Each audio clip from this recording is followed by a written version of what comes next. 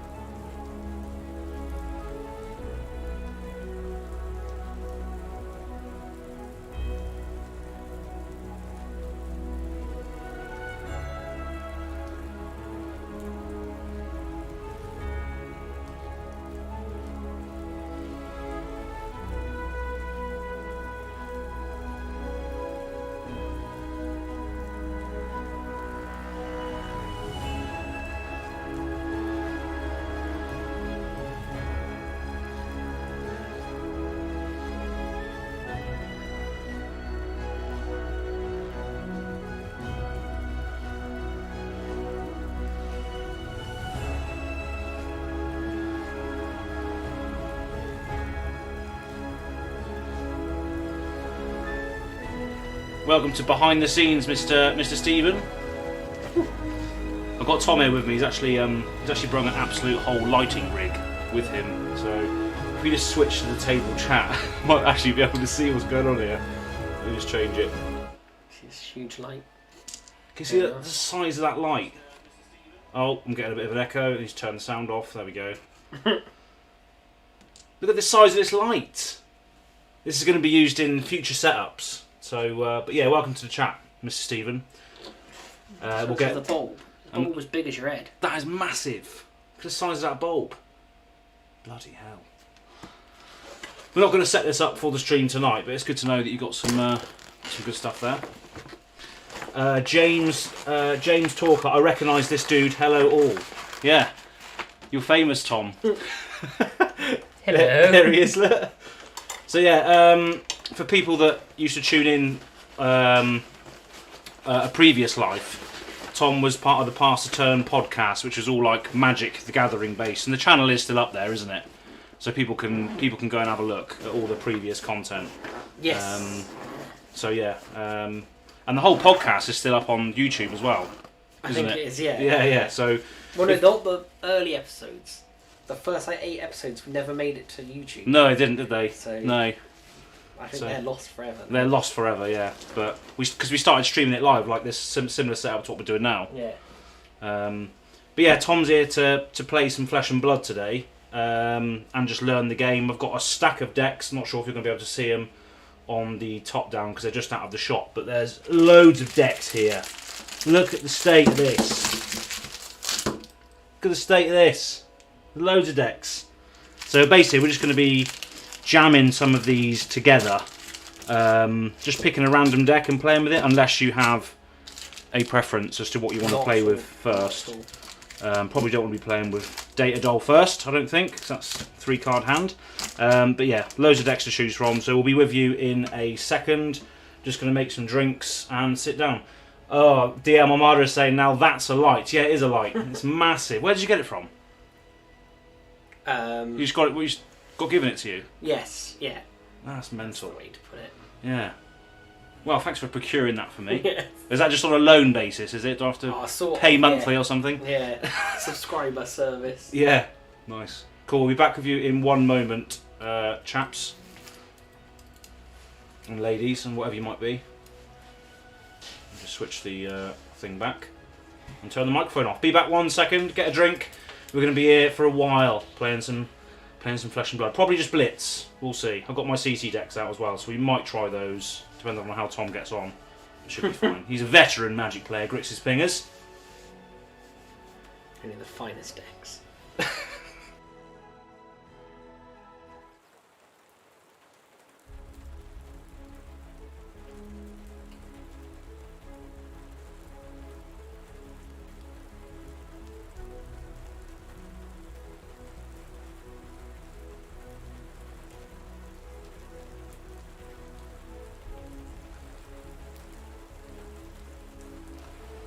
Welcome to the chat, Darth Prentice, and we've actually got your module here today as well. Do you know what? I'm just going to put this other one on. Let's just put the table chat on. Hello. Hello. So yeah, you can see here, this is your module, Mr. Darth Prentice. PvE module. So PvE, do you know what that means? Player versus entity. It is pretty much an entity in brute form. But yeah, player versus entity or environment, so it's basically a cooperative version of the game, which is designed by Darth Prentice, who is in the chat. So thanks for joining us. I did say I was going to potentially do this today, so we'll see how it goes. Who else has experimented with PvE in the chat? I know DL Armada you have, I think. But yeah, we'll let that go. I'm just going to make myself a drink.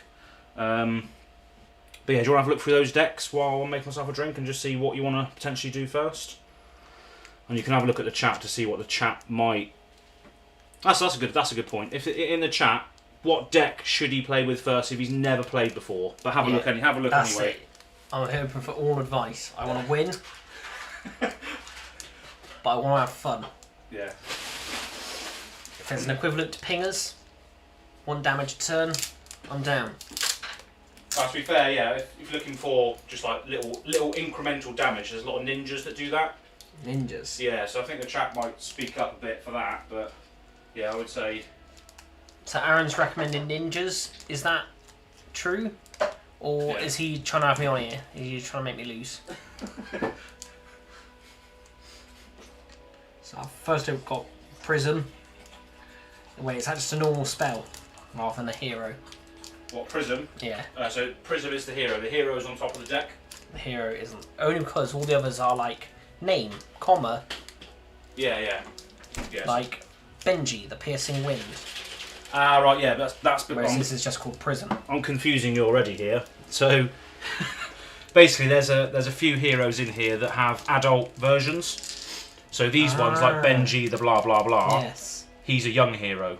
Yeah. So he doesn't have an adult version. So you can't play him in Classic Constructed. You can only play him in Blitz or Pit Fight, which we'll see soon. Innit, DL Armada. Anyway, so yeah, that's that. Sounds good. So you can still play with any of these because we're playing Blitz. Yeah. Andrew is saying Briar. Briar is an intro deck, really? Rhinar was pretty straightforward. Yeah, Rhinar's pretty straightforward. Darth is saying, but I'm a sucker for Brute. Yeah, so Brute is just about massive attacks. Discarding random cards to get effects and all that sort of thing. I'm just here to learn, taking notes. Oh, James, you're a new player as well, are you? Fantastic. Hopefully it's explained well enough today. Fantastic stuff. So, any more suggestions in the chat as to what we should go with first for Tom? But yeah. I'm so far liking the art style. Yeah. Yeah, it's very high fantasy, isn't it? Yeah. Very... Like I say, yeah, coming from Magic, it's sort of similar vibes. Yeah. Like I don't think any of these artwork would be out of place in Magic, really. No. So obviously it's a slightly different style, but yeah, definitely not. No, exactly. You could see these as a legendary creature or something, couldn't you, or a spell, and you'll see a lot of the cards in the decks. You could see as a Magic card, definitely. DM Armada is saying, I always teach with Guardian. Okay, what Bravo? Yeah. Okay, so he's that one there. Sweet. So that's a good shout. Let's go for that first then. Okay. Yep. And we'll see where we end up. And I'm just going to choose a random deck, I guess, as to what we do. Am my microphone on? Yeah, it is. Yeah. A shiny. Oh, shiny. Does double damage. We all know them rules. Yeah. Cool. Right, so I'll just go with a random one then. I'll just turn them all upside down and just choose one. And Andrew, I don't have a red deck wins Briar deck. I'm not that mean. I'm not gonna have that when teaching. Right, let's just have a mix of these up. Yeah, don't worry. Yeah, all these are unsleeved because they don't have any valuable cards in them. So don't rinse on me in the chat for not having sleeves. That's what people used to say about Black Lotus in Magic. So let's just, yeah. let's just see how this pans out in 20 years' time. Yeah. I got Prism, by the way. So I haven't played this very much. So yeah, first of all, I'm going to shout out my playmats on GoAgainGaming.com. As you can see here, these are all playmats that I have commissioned art for, and as you can see in the background as well, I've got a nice little canvas with Christmas lights round. How cool is that? Festive. Very festive. Should be wearing Santa hats, really, shouldn't we? Rather than my bloody affiliate hat. Right, so let's go to the board state. So first of all, you want to put your hero in the centre here. And then whatever weapon they have, just on the right or left side. So that's their weapon. So a weapon is basically something you can always attack with. It's like it has a static effect on there. Once per turn action, you can pay 3 and attack. But then it says if there are 2 or more cards in your pitch zone, which is basically where you pay for things, then it gets a buff if there's 0 costs in there. So we'll have a look at that in a bit. So let's put Spectral Shield. And then your armour and equipments go on the left-hand side. So you want to put your helmet at the top left, if you have a helmet. Yeah. Yeah. Then your chest piece directly below it. I've got gauntlets. Yeah, gauntlets, that's it, yeah. And then boots at the bottom and my plate in the middle. Yeah, that's right, yeah. Then the rest is just a shuffle up and put on this space. James is saying sealed box collector this far, no LGS near Belfast, stocking fab, so no one to play with. Well, if you join the Discord, which is in the link in the description box below, you can play online with me potentially or other people on the Discord if you do have a webcam sort of set up like this, or even if it's just held up by duct tape, which this thing is really, you should be able to get away with it, or use a smartphone with Droid Cam, because that's what this camera is here. It's just my smartphone using Droid Cam. So James, if you want to play some games, then just click in the description with the Discord, and we'll be able to teach you. But hopefully this does a good enough job. We'll see, because I'm not a teacher, but I'm pretty sure you'll be able to pick it up anyway, because we've played a lot of Magic over the years. Hopefully. So I think it's pretty straightforward. Andrew said we can wear Santa hats when he sponsors us. And I agree. Senor Klaus. Yeah. You know where the Patreon is. Exactly that. Right, so this is Blitz, so you have 20 life. So I've just got these dice here to just put on 5s. This is what Andrew taught me to do this. Just put, so it's nice and neat then. Feels like you're playing with like poker chips. And there's actually some at stake. So yeah, 5 and 5, and then we roll a dice to see who goes first. So it's normally 2d6 normally, so we'll just use those ones there. Oh shit. Went off camera, doesn't count. Ah, that's a shame, because I've only got 3 there. 3, cool, alright then. It's definitely me going first. So in a game of Flesh and Blood, you can choose, based on your style of play, whether you want to go first or second. Normally setup decks want to go first, and aggro wants to go second. I think that's how it is, correct me if I'm wrong. So yeah, we both draw 4 cards. I will choose to go first. Is that what the 4 in the bottom left corner there means? Yeah, that's right, yeah. So that's intellect. I knew that bit. You knew that bit? And there is actually a hero that has 3 intellect, which as you can imagine would be absolute rubbish. But we're just waiting for some good cards for that. So yeah, first of all, you have, on your turn, you have access to 1 action, which can be in the form of cards in your hand which say attack action or generic action or aura action. So at the bottom of the card it will say action. Yeah. So you have 1 action per turn that you can play, and in order to play that card, you'll have in the top right corner you'll have the resource cost. How much it costs in the top right. Oh yes, yeah. So for instance, I'm just going to play this as an example. So I'm going to play a something easy. Let's just play a Herald of Tenacity. So you have to announce what your card is before you pitch for it. So this will cost 2, as you can see. Yeah. So I've played this, so I have to then pitch a card to this zone with the cost equal to that. So that's a pitch 2. So it's got 2 sockets. Oh, okay. As you can see. So this goes to the pitch zone, which then goes back into your deck later because it goes on the bottom. So, so you don't lose this card. Yeah. So this is paid for that. So this costs 2. I've pitched it. Basically, the colour code at the top of the card will tell you what the value is. So yellows are 2, reds are 1, blues are 3. And if you've got any colour code? Oh yeah, I can top, see it now. Yeah. Top of the card, yeah. And if you have any resources floating, so let's say I pitched a blue card here and I had 1 left, I could still use that resource later on in the turn. Okay. So you don't lose it.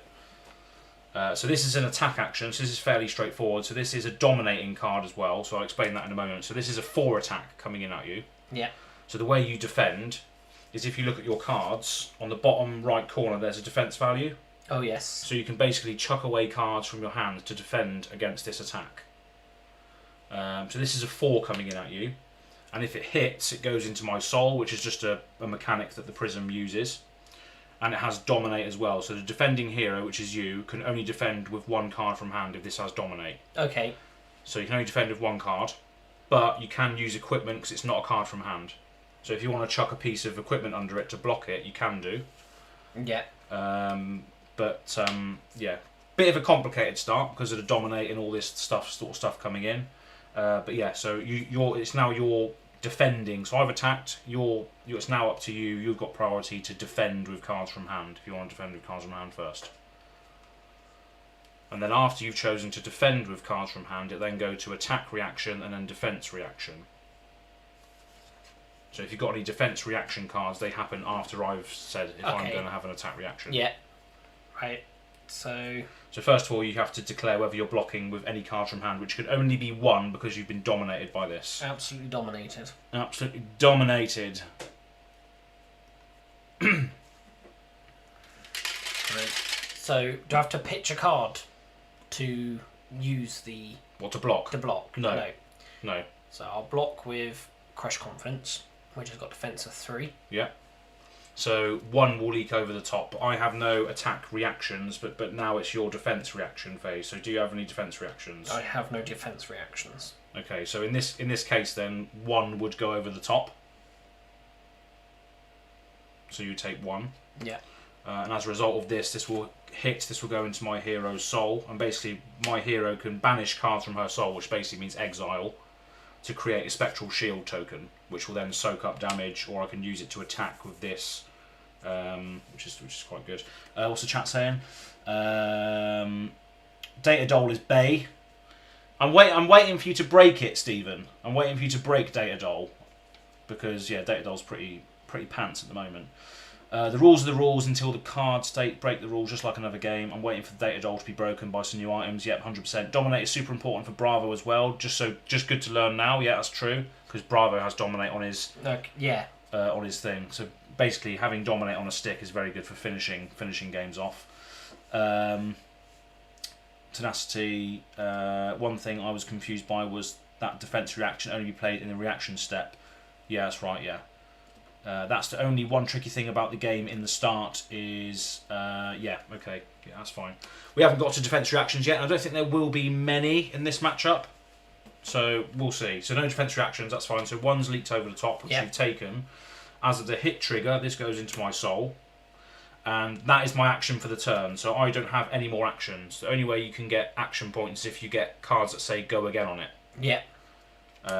Like this, for instance, if you wanted to crack this gauntlet, it says Go Again at the bottom. Go Again Gaming. Go Again Gaming. Cheers, Tom. So you could potentially crack this, because it has Go Again on the bottom, that replaces your action point, so you can then attack with a bigger attack. So this pumps up your attack, this card. Okay, yeah. If you destroy it. So yeah, so you've taken 1. That's gone into my soul. This is used to block, so it goes to the graveyard. And then my hero's ability says once per turn instant I can pay 2 resources and banish a card from her soul, which I just got because I hit you, to create a shield token, which I will do. So I'll pitch both of these reds to create 2, banish this card from my soul to create a spectral shield. So that's banished, I'm never going to get that back. Yeah. Unless you're Chain, which is another hero that can play from his banished zone. And this, I've got 1 spectral shield out now. So basically this says, if your hero will be dealt damage, instead destroy this and prevent 1 damage. Oh. So it's a bit of a pillow fort strategy. I see your games. See your games. But then also this Iris of Reality that I have also allows me to turn auras into attacks. This the weapon, because she's an illusionist, she likes to do the illusionist things. So that's pretty much it. But at the end of the first turn, you always draw back up to 4. Okay. So I draw up to 4 because I've used all my cards, and you draw 1 card. Okay. But also as well, your pitch cards will go on the bottom. You don't have I don't have any pitch cards yet. And then before your turn ends, if you've got any more cards in your hand, you can put 1 face down in this zone here, which basically means you draw an extra card, but you can still use that card in the arsenal. What? So it's basically like an extra card in hand. So if I had cards in hand at the end of turn, I could then just put this one here that I can use later, and then just draw up to 4. But it effectively doesn't. I can use it the same. You can use it the same, yeah. So it basically increases your hand size. Yeah. But you can't use the card in the arsenal to pay for things. Yeah. Or you can't use it to defend for things. That makes sense. You can only play it for its effect out of there. So you could play a defense react out of there because it's a defense react, but you couldn't use it to block. Yeah. I'll put that down then. Oh, you can't do that. Oh, I thought you it's only at the end of your turn. Sorry. I'll wait till my turn and then I'll do it. Yeah. Cheers for popping along, DM Armada. I'll speak to you soon, I'm sure. Unless you insist starting with Kano. Nice seeing you, Stephen. Yeah, thanks for popping along. But yeah, now it's your go, so it's down to you now. So don't draw for turn. No. That's a different game. We don't mention that game. We should have mentioned that here. So would that use an action, and then I just get another action Yeah, if you've got Go Again on it, it basically replaces itself. Yeah. Yeah. So you can destroy the Goliath gauntlets early. Okay. Interesting. That only absorbs one, doesn't it? It doesn't Yeah, absorb yeah. everything. No, it doesn't absorb everything. So I will use Disable. Okay, what are you pitching to pay for it? 'Cause it costs 5. I shall pitch Stonewall Confidence Yeah. and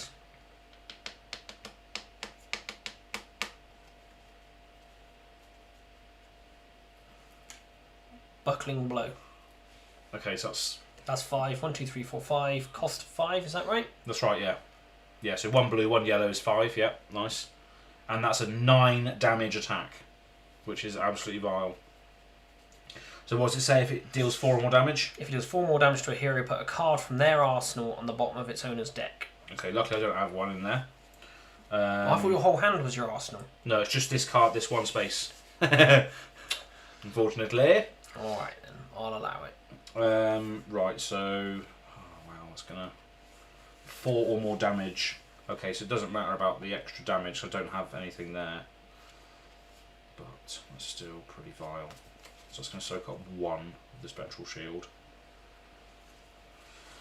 So as a block, I'm going to choose to block with a...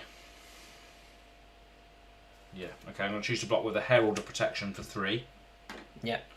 Then the Spectral Shield will prevent 1 of it, so that's essentially 4. Yeah. And then 5 goes over the top.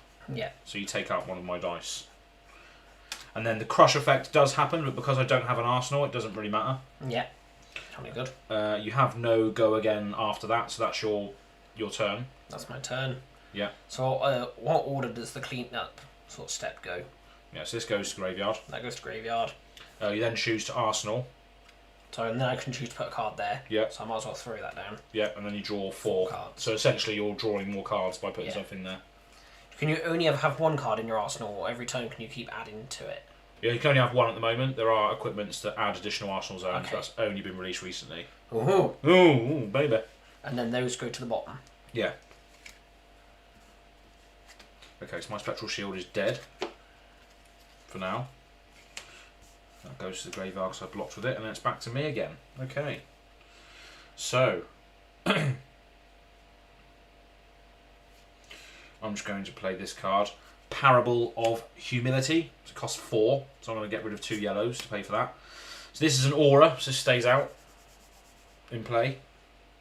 Yes. And it says, attack action cards controlled by an opposing hero have -1 while attacking and defending. So if you block with something, it'll get -1. Yeah, and attacks -1 as well. Yeah, but this is an aura, so this has Spectra. Spectra means it can be attacked. So if you choose to attack, you can attack this rather than me. And how do I destroy it? Just any damage destroys it? Or? Yeah, so basically it just says here, Parable of Humanity can be attacked, full stop. When Parable of Humanity becomes the target of an attack, destroy it and close the combat chain. The attack does not resolve. So basically, you just choose an attack card from your hand, say I'm targeting this, your whole turn ends as a result of that happening, but then you get rid of the auras, but the auras are just incremental value, so it doesn't make sense to attack them when you can. Yeah. We had this discussion on a previous stream as well. What happens if Tom decides to attack my aura? Does his turn end immediately? He doesn't have Go Again because attack doesn't resolve, does it? I think that's what we established last time. Yes, you do have to take your entire turn to attack the aura, basically. Yeah. And then that's it. I just draw up, and then it's your go. It's your go again. Right. I will.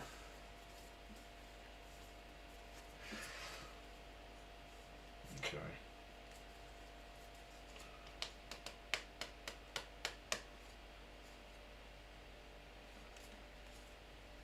And Bravo as well can dominate massive attacks as well, which is quite interesting. So I could pitch basically. So to use that, I have to pitch a card for 2. Yep. And it says until end turn, your attack action cards cost with cost 3 or greater gain dominate. Yeah. So you can pitch one. You can only defend with 1 card. That's right. And that's got Go Again, so it doesn't just waste the turn. Yeah, exactly. Yeah. Can you chain Go Agains as many times as you want? Yeah. So if like ninjas have like Go Again, Go Again, Go Again, Go Again. So it's like Grixis pingers. You just keep pinging.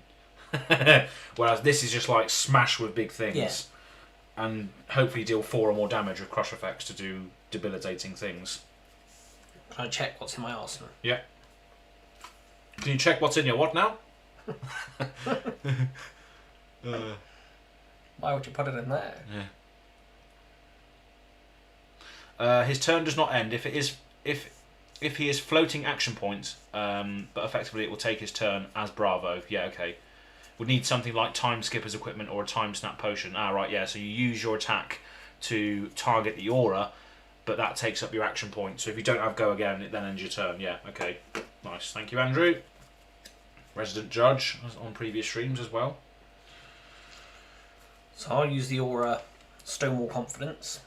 Go Again. Cards you control with cost 3 or greater get +3 while defending. Yeah. At the beginning of your action phase. What's my action phase? I didn't read. So your action phase is the beginning of your next turn. Okay. So it basically will just build a wall for my attacks. So next attack, your next turn, I can defend very well. Yeah. Basically. Which sort of counteracts this because obviously your things have -1 anyway when attacking and defending. That might have been a waste of time. So I need to pitch something for 2. Yeah. Pay for that. But you can still swing the hammer potentially at my aura, which costs 3. But yeah, you do have Go Again now, which is good. I'll pitch Crush Confidence just for this. pays, Yeah. If it pays. Yeah. So you still have an action point left if you can do anything else with it.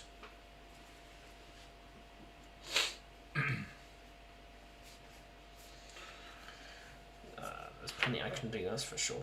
What do I want to do? This is very good as well, this equipment. As an action, you can make your hand size 1 larger at the end of turn, which is very good for building up a massive so attack. at the end of turn you draw an extra card, sort of thing. Yeah, because it's increasing your intellect, which basically determines how many cards you draw. Yeah. So once you've got a good hold on what you want to, you can just build up a massive attack. Sorry, I don't play Bravo too much. Andrew's the resident Bravo player. I'm a body Andrew. Are you with me in body and mind? I don't know if I just want to do that. Yeah, thing with the hammer. What, me or the aura? Because I can still block with cards from hand to defend the hammer, but if you attack with the hammer, the aura just will disappear. But this is getting obviously good value over time. It's up to you. Really. Yeah, I'll just go for the aura and pitch. Buckling blow. Yeah, so this will just, the attack won't resolve, this will just be destroyed. And yeah, that's it. So then, go to the end. Yeah. Draw up. Draw up to 4, yeah. Yeah. And then just put the cards in the pitch on the bottom of the deck. And then you have Stonewall Confidence in play. So it says cards you control cost 3 or greater, gain +3 while defending. So yeah, you've got a very good defensive turn in this scenario, which is annoying. Because I had some big attacks. That's a bit of a shame. So I will just play. What's saying? Darth Apprentice is saying hammer time. Pop that aura. Yeah, that's exactly what he done. Hammer is in the play. There is a wrong answer here.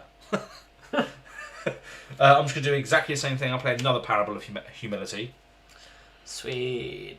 Pitching a... do I want to do that? Yeah, because there's no point. Because it's just going to have massive defence. There's no point. So I'm going to have to pitch for that. So I'm going to have to pitch a Enigma Chimera and a Herald of Rebirth for 4.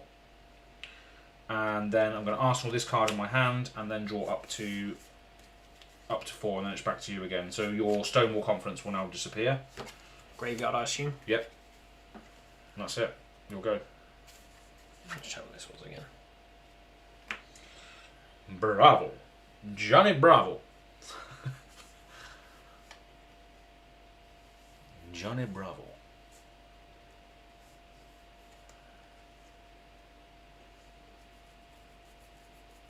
Spectral shields are little damage-eating chihuahuas. I'm getting it now. I'm getting it. You're on higher life than me, that's for sure. Don't know whether I'm piloting Prism correctly. We'll see.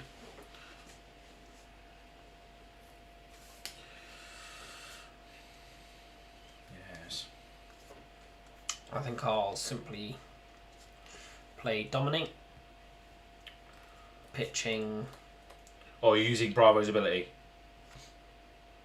Oh no, No. sorry, you're playing Yeah, this. playing that. Oh right. No, I wanted to play Bravo's ability. I don't want to give too much away. I couldn't do it. So I need to pitch 5. Yeah. So 1, 2, 3, 4, 5. Nice. With Okay. Crush Confidence and Cartilage Crush. All right. So this is this is the same thing. So this Yeah. is the Arsenal thing, So yeah, isn't it? and if it deals, so it attacks for 7, so that's reduced by 1, so it's only 6. Oh right, yeah, because of the spectra. And you are attacking me this time, not the aura. Yeah. Right. Okay. So 6 coming in at me. If it hits, the card in the Arsenal goes on the bottom of the deck. Right. Is Yeah. that, It's got to do 4 damage though. Right. Okay. So as long as you block 2, you're alright. Unless you have attack reactions in there. Yes. FYI, as those auras are all instants. Are they? Why are they? Instant. No. Oh, it is. Right. Okay. Interesting. Cheers, Andrew. Thanks for that. Did not know that. Prism newbie. Okay, right. So if it deals 4 or more damage, the Arsenal goes away. So it's a 7. Well, it's a 6 coming in. So do I want to block 7? So I need to commit 2 cards to not have the crush effect, really, which is annoying. No, I can only commit 1 card because it costs at 6. So if I block for 3, 3 damage will leak over. Unless, do you have an attack reaction? I don't. No. Okay, I don't have any defense reactions, so I'll take 3 off of that then. Okay, so I'm on 12. Okay. Parable saved me there. That extra 1 damage, not getting through on the crush, allowed me to keep my arse, luckily. And I'll draw back up to 4. Yeah. Okay, right. Yeah. Okay. Gee. Right, so do I just pillow fort? What's this do? Yeah, that seems like a good idea. So I'm going to play a prismatic shield, which costs 3, pitching 2 yellows. So I've got 1 left over. So this basically says create 3 spectral shields. So, Yeah. I get 3 shields, which will then soak up 3 damage. Yeah. So I'll just use those. Got 1 floating. This doesn't have Go Again. Ah, fuck that up, didn't I? There we are then. So that's it. So I draw back up to 4.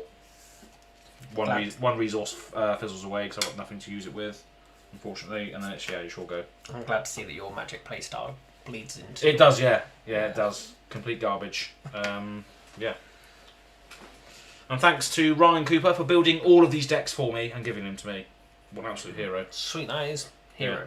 Yeah. To teach new players Yeah, and just thank you. Yeah. Right. It's 3. I use this at the event. All these decks, like Vince and that played with them.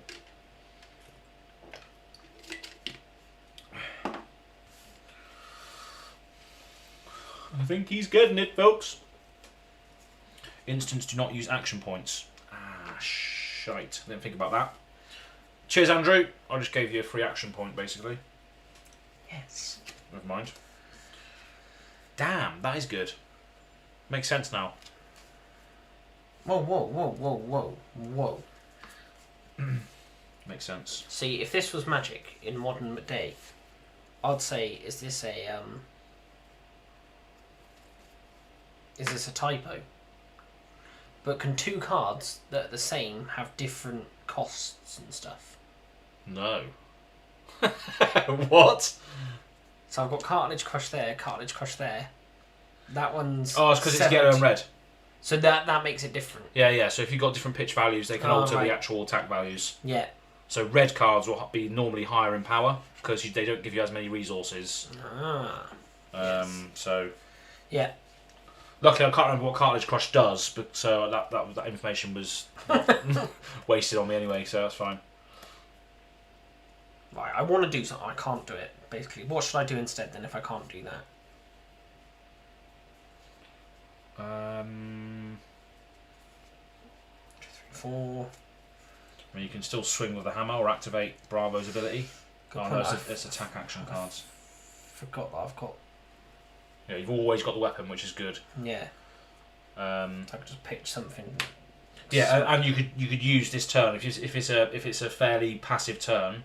You could even use this to draw an extra card at the end, or you could just swing the hammer at my aura, just to get rid of that for future turns. Because I also have 3 spectral shields, which are going to soak up damage as well. Oh, good point, yeah, you got spectral shield. Yeah.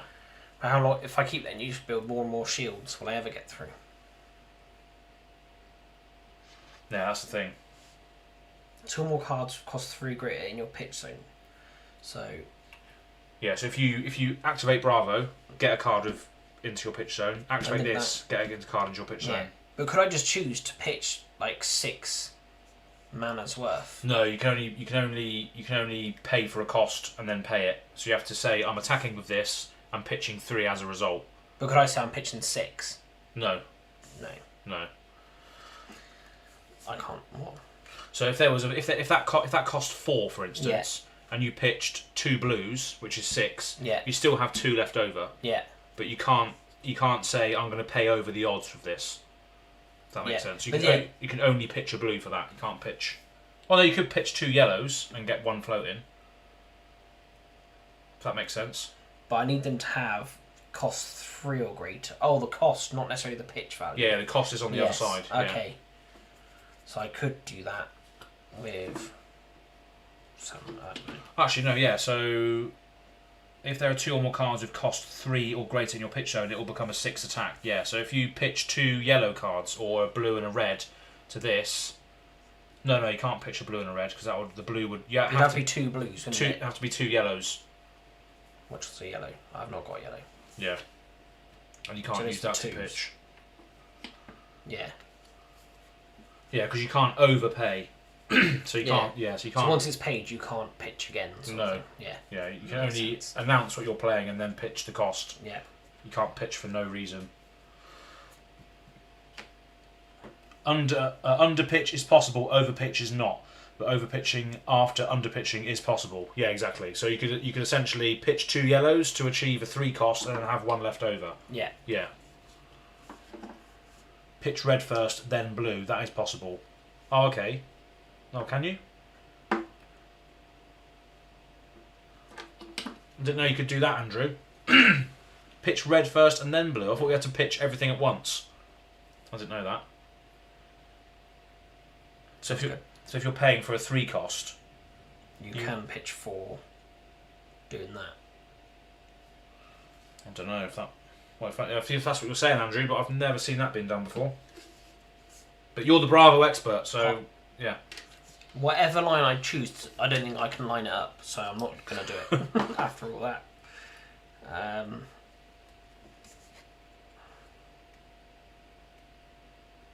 And maybe play what's in the arse. Yeah.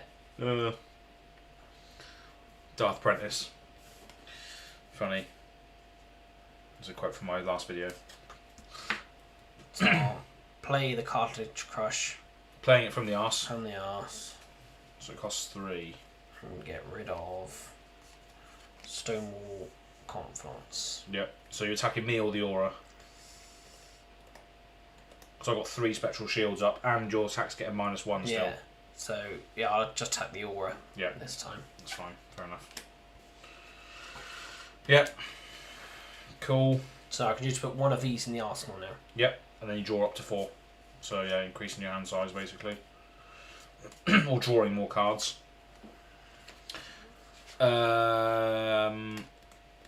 Yep. Playing efficiently is not required. There you go then. Right, my go then, yeah? Up to you. Right, so... Let me just read these new cards. Why do I not have Mage Master Boots in here? Oh no, that's an instant. Right, I see. It makes sense now, Andrew. Thank you. Makes sense. So, sorry, I'm just figuring out how the decks work. So he's a Guardian hero. Yeah. So that's the equivalent in Magic saying he's red commander. Mm-hmm. So all your cards have to either be a Guardian or generic. That's because right. he's a Guardian. Yeah. Yeah, that makes sense. Yeah, that's right. That is correct. But they've introduced talents recently as well, which are basically like there's another Guardian he's an elemental Guardian, so he can have elemental cards as well. Yeah. So they're make like So, dual so now classes. so now it's basically having two colours in Magic sort of thing. Yeah. Sounds good. Yeah. That's hence why I think a lot of EDH players like this as well, because you're identifying with a certain hero or archetype straight away. Yeah. Which is what got me into it, and it's that Dungeons and Dragons thing as well, isn't it? Choosing a class sort of thing. Otherwise, you'd need to exclusively pitch red cards for 1-cost attacks. Oh, okay, yeah, makes sense. The aura reduces attack action cards. Parable does not reduce the weapon's attack value. No, that's true. Okay, cool. Right, so thanks for putting this out, Andrew. So this will cost 3, but it's an instant, so it doesn't take an action point. Oh, okay. So I'm going to pitch a yellow and a red to do that. To create 3 more spectral shields. So I have now 6 spectral shields. And that's an instant, so that doesn't cost my action point, so I still can do some of these potentially.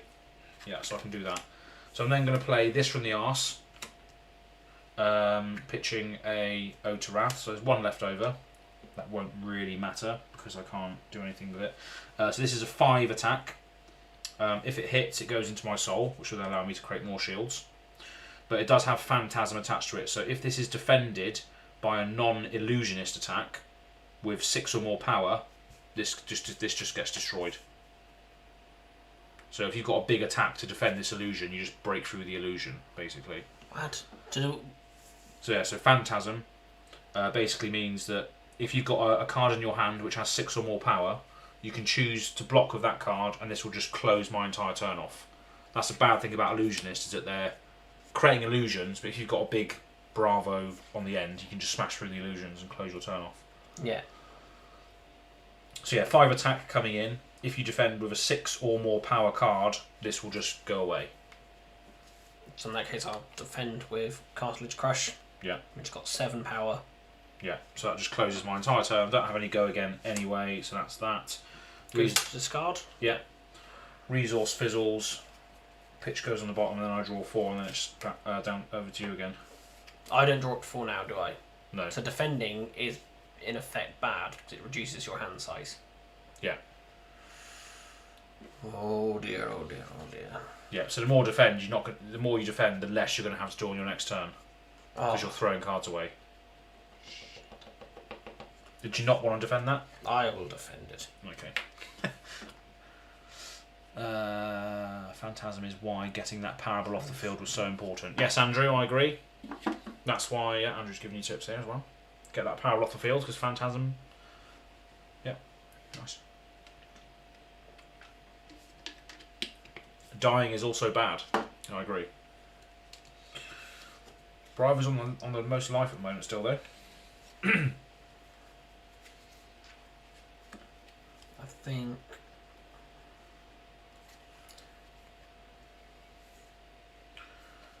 Darth Predators can confirm that getting to 0 first is not ideal. No, that means you would lose. That means you would lose.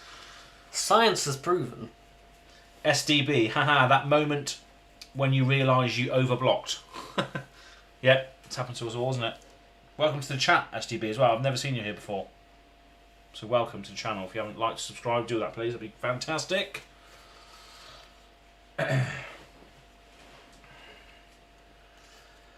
Hope it's all clear for you on video. Sorry, I spoke when you spoke in there. I think I'm going to have to just play Disable and pitch Barraging Brownhide and Emerging Power. That's 1, 2, 3, 4, 5. Right. Pay for 5. So this is the Arsenal thing again, isn't it? Yes. Right, so...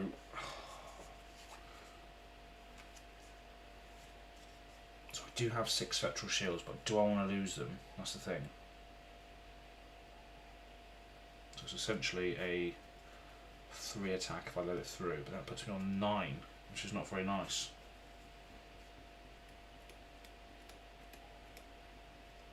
If you pay... That's not very good either, is it? So 9. Okay, so I see that 9. I'm going to block for 3 and 3, so I'll block 6. Yeah. And then I take 3, but 3 of it is soaked up from the shields, so I go down to 3 shields. Okay. Is that right? Yeah. Okay. But you did take away 2 cards from hand, so I should have a lesser term now as a result of that. We'll see. Andrew is waving to SDB. Is that SDB? Am I reading that correctly? The orange. I think so. Yeah. Yeah. Cool. Nice. I dropped 4 now. That's right. Yep. We've still got a card in the arsenal, so we've still got 5 cards, which is not nice at all. Okay. Right. So this is fairly straightforward. A bit of pressure now from my end. So this Iris of Reality says, during your action phase, illusionist auras you control are weapons with 4 attack, and once per turn you can pay 3, attack, go again. So basically, these shields return to weapons with go again. Yeah. So first of all, at the cost of 3, so it's quite costly, but you can just keep going as long as you keep the chain going. Yeah. So first of all, I'm going to pitch for 3 because it's a blue, and attack with 1 spectral shield. So this is a 4 attack with go again afterwards. Why has it got 4 attack? Because that's what it says That's there. what it says it. Yeah. And the spectral shields count as auras. So 4 attack coming in with go again afterwards. So I'm basically after this going to attack again with the same thing. I'll give you that information.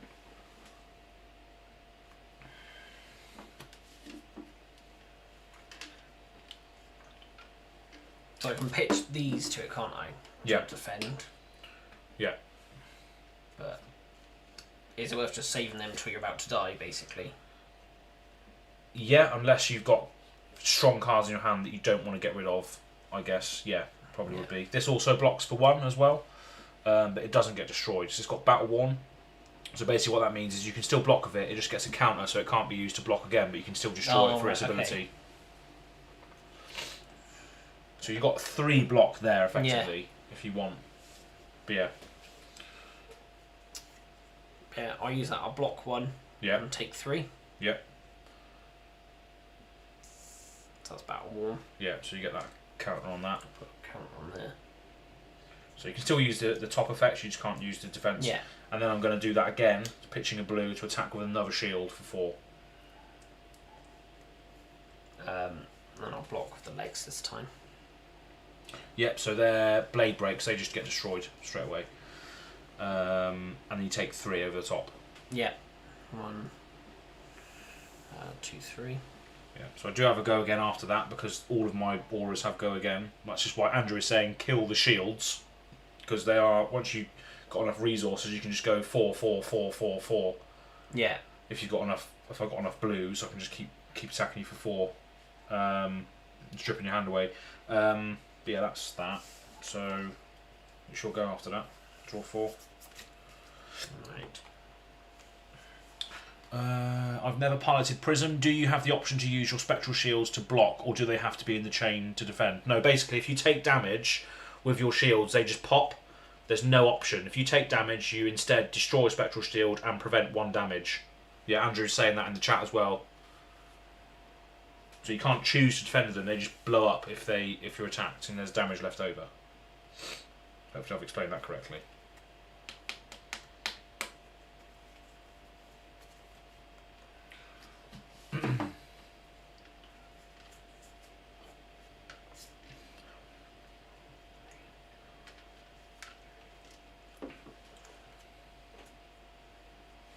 Jesus, there's a lot here.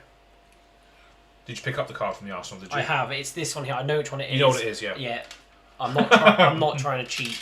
It's just I'm also. It's like pick up the card from Arsenal and just shuffle that around. And and like someone did cheat, didn't they? Oh yeah, the UK Nationals. There was a lot of sharking. Very dubious plays. Dubious plays going on, but yeah, Still in the very early games. All these things are going to happen, aren't they? So you've got a lot of stuff in hand, which is quite scary. And when you pitch stuff, does the leftover points carry over? Yeah. If I've got Go Again to do something else. Yeah. So, for instance, if you pitched a blue to pay for Bravo. Yeah. So if you pitched a blue card to pay for Bravo, you still have one left over. Yeah. Yeah.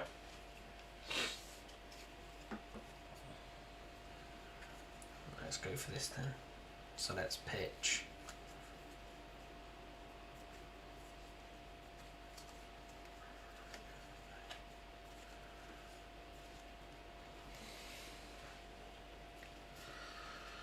Pitch that for Bravo. Yep. So I've got one float in. What does Bravo say again?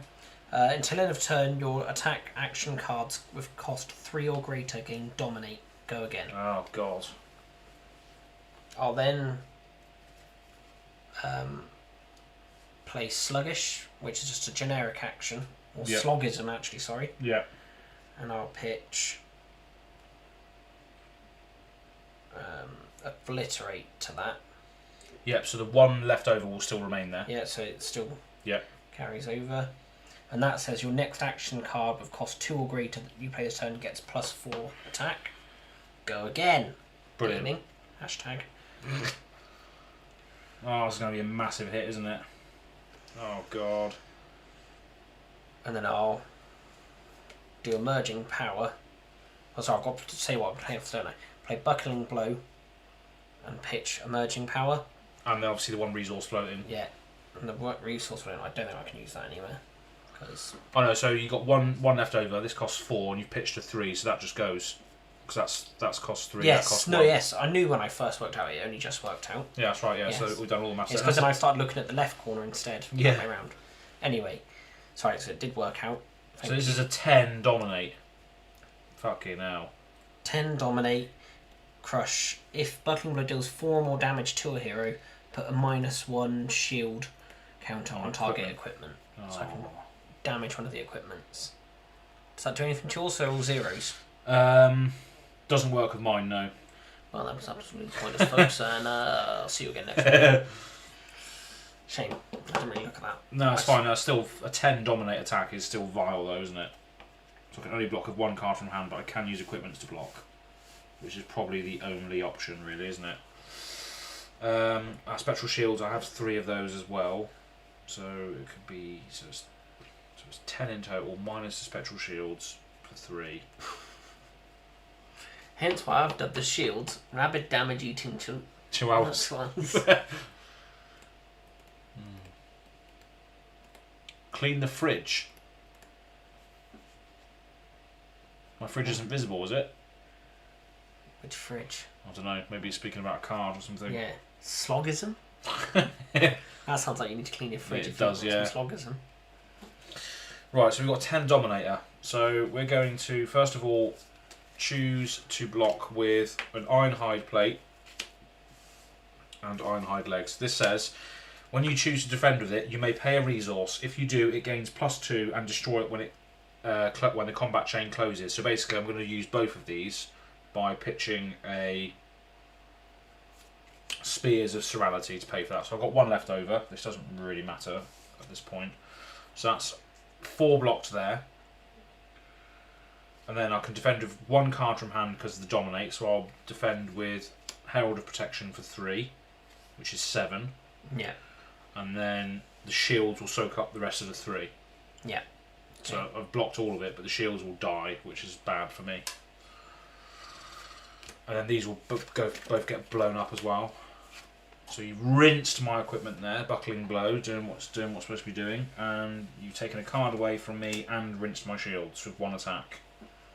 Okay. Draw up 4. Yep. Damn. The counter would reduce the effectiveness of the plate when it would be paid for. Also, there is a guided attack card that destroys equipment with negative counters on it. Oh yeah, that's what was it? I can't remember what it is now. The fridge is slang for a high block equipment suite, particularly Warriors and Guardians. Oh, there you go. So if you put a counter on this, yeah. So if they did put a counter on this, because it's a -1 counter, it would actually gain only +1. Oh, okay. I see. So it does. Yeah. They do stack up, sort of thing still. Yeah. So if I let that resolve, if I let the crush effect resolve, you could still put something on my armor. Yeah, that makes sense. Cool. And then you drew up. That fizzles away, and then it's my go. But this is I don't have the shields anymore, do I? No, I don't. You destroyed them. Damn. Okay, that's rubbish. So. Oh, the pitch stuff needs to go to the bottom. Right, let's do this then. Let's put some pressure on here. So we're going to use my Dreamweavers. So Dreamweaver says, as an action, I can destroy it. The next illusionist attack action card you play this turn loses and can't gain Phantasm. And then I get to go again. So the Phantasm thing will not apply on this attack that I'm about to do. Okay. And then I'm going to play a Herald of Ravages for 2, pitching a Herald of Rebirth. So there's one left over. That should be on the bottom from last turn. So there's one left over there. And this is a 5 attack. Phantasm is gone, because I've made it go away with ease. This is a 5 attack coming in, and if it hits, it goes into my hero's soul, and it deals 1 arcane damage to you. Arcane damage is like unblockable damage, unless your equipment has arcane barrier. Okay. So I'm going to take 6 if I don't block it. Yeah. Effectively.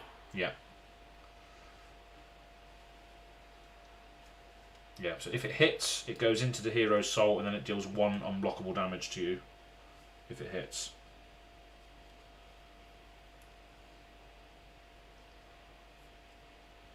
What is that? 1. What's that, life?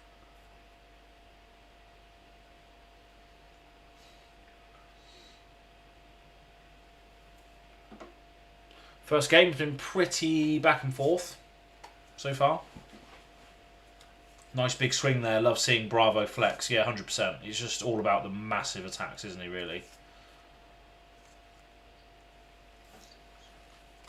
DM Armada was right. Nice one to begin with. I think just take the 6. Or, actually. Reconnection successful.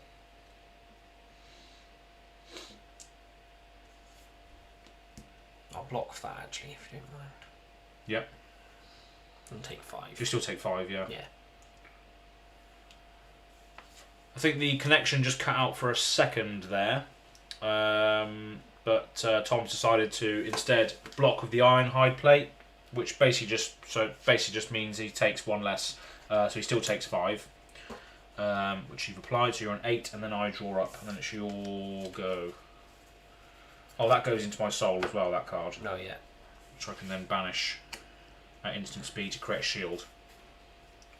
Just so you know.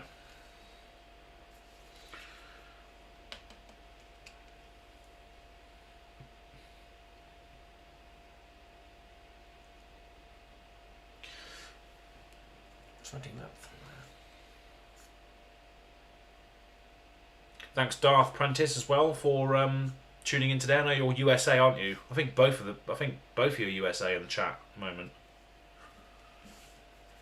What time is it over there? I know Andrew's East Coast, so that's 5 hours behind. I'm not sure about Darth Prentice. It's Greg, isn't it? Greg on Twitter. I'll try the opposite thing this time. I'm going to play Blessing of Deliverance. Right. And pitch Sloggism. Wait. Yeah. 2 for 2. Yep. So it says go again. Yep. When Deliverance enters the arena, if you have a card with cost 3 or greater, yep, which I do, I draw a card. Right, yep. And then at the beginning of my action phase, which is my next beginning step. Next turn, yeah. Next turn. Beginning of my action phase, destroy Blessing of Deliverance. Then reveal the top card of my deck and gain 1. Is that life? Yep. Gain 1 life for each card with cost 3 or greater revealed this way. So it can only be 1, surely. Yeah. Just reveal the top of it. Got 3 or greater, I gain a life. Yeah, because this is the blue version. So if you had the yellow version, it would say reveal the top 2. Red version would say reveal top 3. Oh, yeah, so it sort of scales with the colours. Okay, that makes sense. Yeah. That's still good though, so it draws you a card. Yeah. And you gain some life later, which is nice. Is that right, Andrew? I think yellow and reds gain more life the more you scale. I gain life, yeah. Andrew's Bravo deck is basically just a life gain deck with Guardian. So, can I say I'll do it again? Yes, you can, yeah. Pitch. Debilitate. So I've got one floating. Yep. So God, you're going to gain loads of life next turn. So again, I draw a card. Yeah. I've gained life. And now I can try and pitch one of these to pay for one of these. Which I'll do. Damn. What do I just attack that for? To build turn. Almost 4 PM. EST for now. Okay, nice. Yeah, it's your sort of thing, the same as Andrew, I think. Pitch, EST. emerging power. Yeah. So that gives me 3. So you got 4 in total. Which I can't do anything with, can I? You can attack with your weapon. That's when it does 6. But then you got, if there are 2 or more cards with cost 3 or more, it gets +2. Yeah, so that's attack for 6. I can do this and attack for 7. Alright, yeah, that's right. So I'll use 3, like that 3 to pay for that. I've still got 1 float in. Yeah, that's fine. Yeah. Yeah. So swing for 7, and if it deals 4 or more damage to a hero, the first action during their next turn costs an additional, what do you call that? Resource. Yeah. Costs additional mana. Yeah. So that's only if the crush effect is achieved. Andrew was saying, remember the hammer. Yes, he could remember the hammer, but he had a cartilage crush instead, which is probably worse. 100% worse, because it's higher power with crush effect. Worse for you. Worse for me, yeah. 100%. Thank God. Worse for me. But yeah, it's a solid backup option, because you're normally going to have costs with 3 or greater in your pitch zone, so a 6 attack for 3 is still quite good as a backup if needed. But yeah, that's a 7 with a crush effect, which will make me cost 1 extra. Damn. Okay. So it's block for 3 and 3. So we take 1. Yep. 3 and 3. So we take 1. Take 1. No crush effect. Okay. Yep. They'll go to the bottom. So you're choosing to end your turn, yeah? Yes. Okay. Right. So on your end step. So actually, there's nothing else I can do, is there? No, nothing else you can do. Yeah. Those will stay out, obviously. Yeah. On your end step, I'm going to use my hero's ability, which is once per turn instant. So for 2 resources, which I'm going to banish, use that. Banish a card from your hero's soul, which is this one, to create a shield. So I've got 1 spectral shield again. And, then it goes to my turn. I've only got 1 card in hand. So I need to draw up to 4 at the end of my turn. Yeah.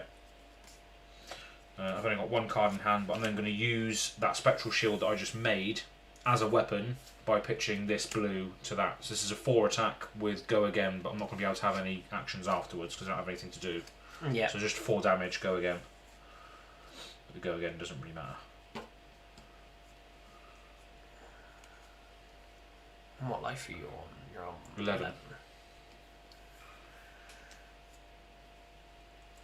Dear Armada, we're still on the same game. You were very, very right in the sense that Guardian is a good one to teach with. Yeah, it's a good matchup to be fair. This very, very good matchup for the first game. And this goes back, sorry. Oh no, sorry, it's still on the chain. 4 attack. Yeah, so I'm just choosing what to block with it. But then you're going to gain 2 at the start of your turn because of this thing. Yeah. Oh yeah, I'll just take 4. Who cares? Unless you reveal, what is it? Reveal game for each card of cost 3 or greater. But I think the deck is built in a way where you will gain life off that. Yeah. So you're going to take the full 4. Yeah. Risky business. Take me down to 4. Yeah, so DL Murder is saying, what did I miss? Aura's getting hammered. Yes, a few nice thick swings from Bravo, and Az had like 6 spectral shields at one point. Yes, I did. But I got rinsed with those spectral shields. Yes, this one goes back, so I use it as a weapon, and then I will draw 4, and then it's over to you again. So you're going to gain 2. Well, you actually going to reveal the cards first. Reveal the card. Oh. So what happens to the reveal card? Beginning of your action phase, destroy blessing that reveal the top card of your deck. Gain 1 resource for each. Yeah, so you activate each one of these separately. So you'll do one first. So you revealed that. But then what happens to that? Does that just stay on top? Oh god, yeah, I guess so. So I reveal the same card twice and get nothing off it. Yeah, I guess so, yeah. What a waste. What a waste. Yes, you can't, it doesn't say you could put that on the bottom, does it? Beginning of your action phase, destroy Blessing of Deliverance, then reveal the top card of your deck. Gain 1 life for each card of cost 3 or greater revealed this way. Yeah, so I guess you can't do anything with that. Place the card back on top of the deck, yeah. Damn, that's a shame. So they both go. That didn't pay off. See what I did? See what? Right, 2, 4, 5, 6. Just want to say again, I think we've had a bit of connection issues with OBS. I don't know why this is happening, but I think it's back online again now. DM Armada saying they go back on top. Yeah, that's the risk of running the blessings back to back. Yes, absolutely right. Absolutely right. Well, I didn't think that'd be I thought that'd all be alright. You can blame Ryan for that, building his decks. No, they're pretty good. They're functioning quite well. So you're on 4 life. This is a fizzle. Yeah.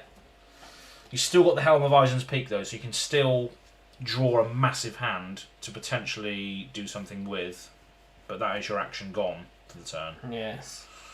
So it just depends on how much pressure you want to apply to me, because I'm still on 11. I've got 1 spectral shield out. And those shields are going to keep coming. Blessing of Deliverance is great to pitch a blue expensive card to pay for it, and then another blue to pitch for the hammer for 6. Yeah, 100%, definitely. Okay, yeah. Yeah. So, I did have it worked out in my head then I've forgotten what I was doing. I shall pay... Yes. What's it? 1, 2, 6. When those back-to-back blessings hit, it is amazing. I've gained 5 life off of a yellow and a red blessing going off in the same turn. Yeah. Are they in your life gain? Are they in your life gain deck then, Andrew? The blessings, are they? I'll pitch that for Bravo. Bravo, yeah, dominated. Then down. Scary. play Dominate. Debilitate, Oh god. pitching, Crush Confidence, and Buckling Blow. Wait, do I need to do that, both of those? Yeah, you would still need to do. Yes. I still have 1 floating. So this is a 8 attack with dominate. If it hits, what? If it does 4 more damage, the first attack during your next turn does -2. I can only block with 1 card from hand as well, can't I? So it's going to do 5 damage. I've got 1 spectral shield, so it'll be 4 damage. But he just keeps popping those shields, you see. It's just a way to go. So I'm going to block for 3, because I can only block with 1 card from hand because of the dominate. This is why dominate is so good on your hero. If you've got a static dominate enabler, Azalea, watch out. Domination. Yeah. And then I guess I take so 5 over the top, 1 of which is soaked up by the spectral shield. So I take 4. So 1. Yeah. 2, 3, 4. So that's what's that? That's a 1, isn't it now? Shit. That doesn't sound I was right. on 11, wasn't I? Yeah, 11 down to 8. No, 7. Down to 7. Maths. Quick maths. I feel for you, Stephen. Do you teach maths? Stephen's a DM Armada is a teacher as well, I believe. No. So, but he also makes sick content. Fab. So because I dealt 4 damage, your next attack does 2 less. Does indeed.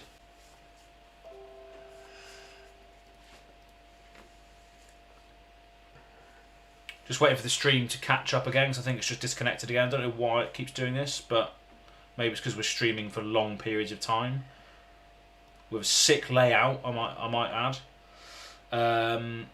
DM Armada teaches band. What, music band? So yeah, math in a way. Fun math though, Andrew's saying. Yeah, 100%.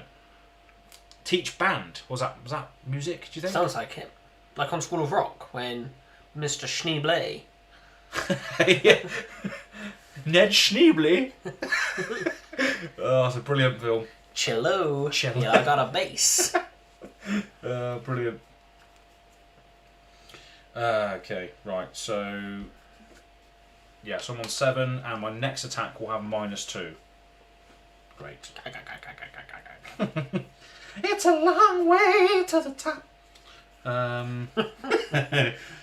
Right, so we're just going to... Because our attacks are going to be pretty poor this turn.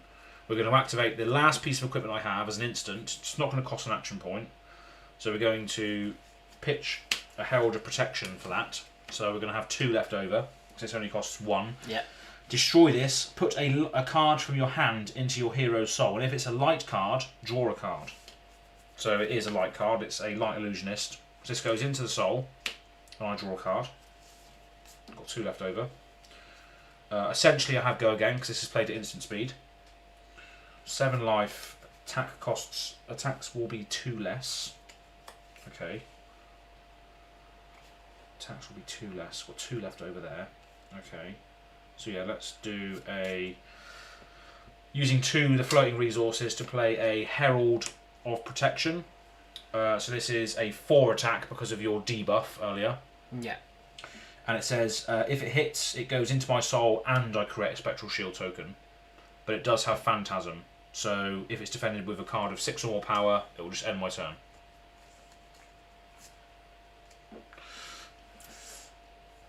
But you only get the... Oh no, if it hits at all, so even if I block some of the damage, some of it gets through, so you still get the shield, you still get to go to soul.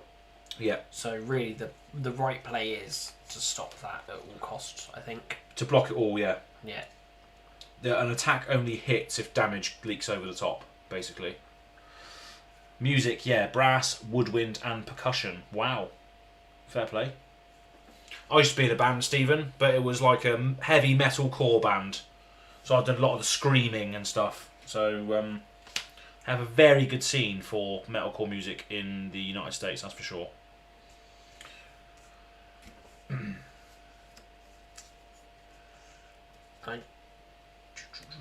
That's fine, that's fine.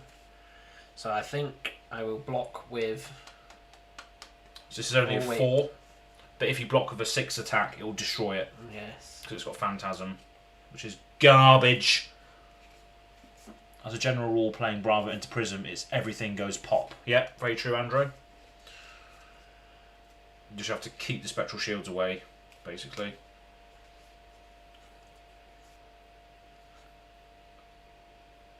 Yeah. I think the Bravo's ability to go tall will basically make the auras and stuff useless. But Bravo's less good about defending against lots of wide attacks.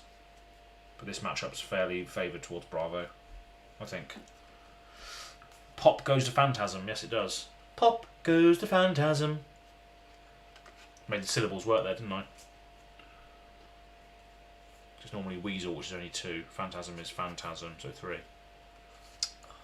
Talking trash. I think I've got a block with Debilitate, which has got 8 power. So it just closes the... To close your down. Yeah, so that's gone. And then at the end of turn, I will use Prism's ability as an instant to pitch a Enigma Chimera, banish this card, and get a shield. So I do have 1 shield, and then I draw up to 4. And it's your go. God, still the same game. This is Blitz. Right. If you have the Majestic weapon, it's a 100% win for Prism. Oh, right, yeah. Luminaris is very good, isn't it?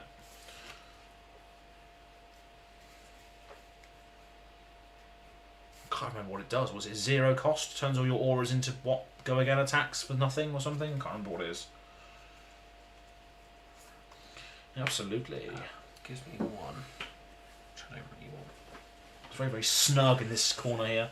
Right, I think... play Crush Confidence, and I have to pitch both Stonewall Confidence and Emerging Power. So technically I've got one floating. Right.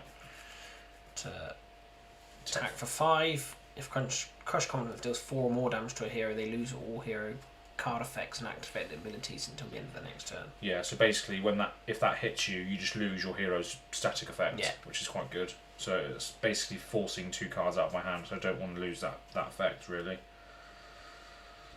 That's useless. I can't even block anything. But it's only 4 or more damage. Yeah, good point, yeah. And you've got 1 shield, yeah. 4 or more damage, but do I want my shields to die? That's the thing. Probably not. So I'm going to block 6 by getting rid of a 3 and a 3. So I fully block it. Yeah. No shields die. Yeah. So that's the end of my turn. Okay. Draw 4. Right.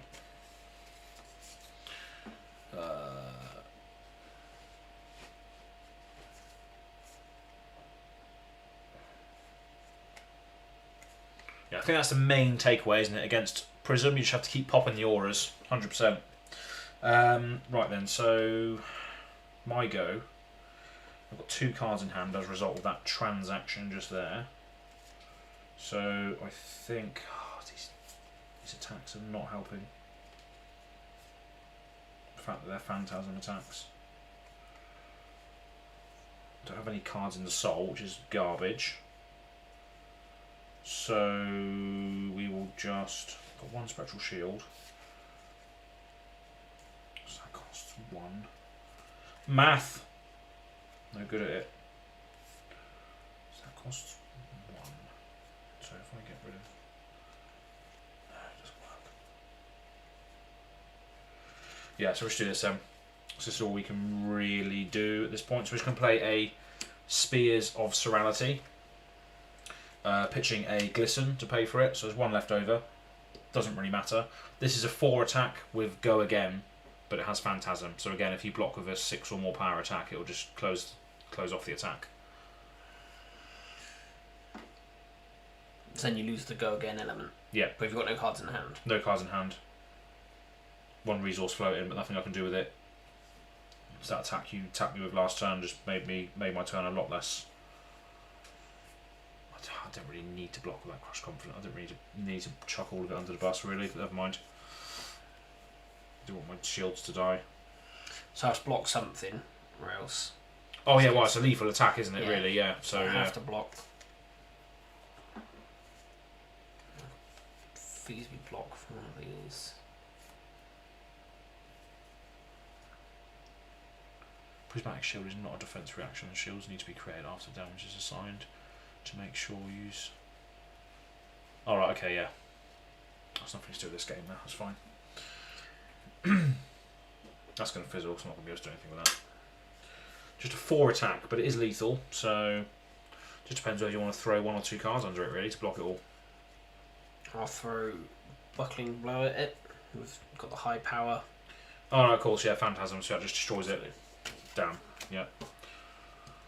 So that's going to be hard to get through, isn't it? It's going to be hard to get through the Phantasm attacks, so I need to actually just try and attack with the shield, which is why I need to keep the shields up. So yeah, it should go. Don't draw. Right. I just need to get a load of shields in a line and just fire away, don't I? That's what I need to do.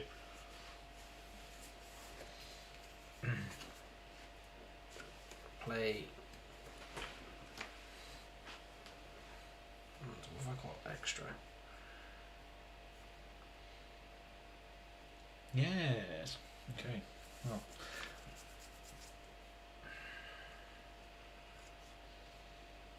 Three, 6.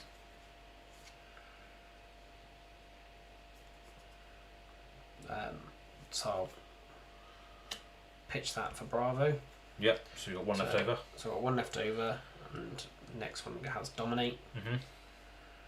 Oh, like those 2 cards should be already at the bottom. They're not part of this turn. Oh, just to reiterate as well, this only gives Dominate to attack action cards. Yes. Which I'm assuming you're going to use, yeah. Just to Attack give Dominate action. to the hammer. And it has to cost 3 or more. Yeah. So I'll pitch, just say, play Crush Confidence and pitch Disable to it. Yeah. Because unfortunately I'm 1 away. Oh, you're saying that you can't use that to dominate the hammer? No, because it's a weapon attack, Whereas that's an attack action. So yeah, that's a dominated crush. Yeah. Dominated crush confidence, right. 7. Wow, okay. So all of these are garbage against Bravo. So we will get rid of... So it's 1 card from hand, so I'm going to take 4 and my shield's going to die, which is a shame. So yeah, we'll just block for... Yeah, so block 3 of it. So 4 will go over the top. Yeah. But 1 will get soaked up by the shield, so the crush effect won't happen. Yeah. Luckily. And then you take 3. Then I take 3. Yeah, so I'm on 4. Well. Oh. That goes there. There you go to the bottom. Okay. Draw 4. And then it's your turn. 4 and 4. And it makes sense because you've got 4 viewers and 4 likes. Whoa! 4 and 4. Very interesting. Spooky. Right then, so it's my go, yeah? Yes. Right.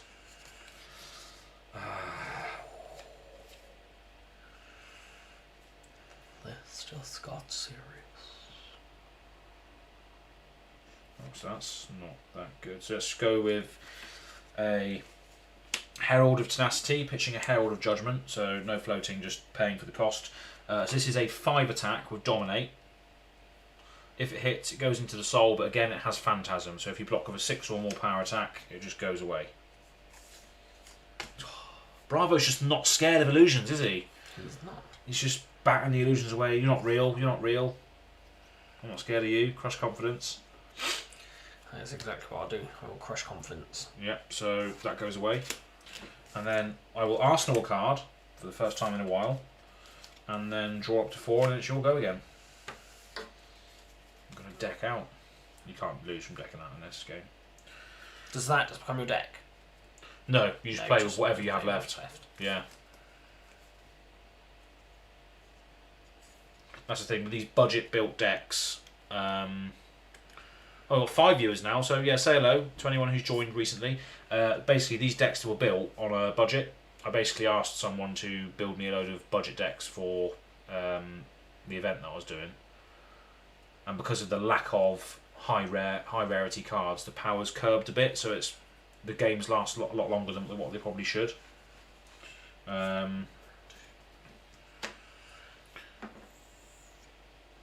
We're in the end game now. Yes, we are.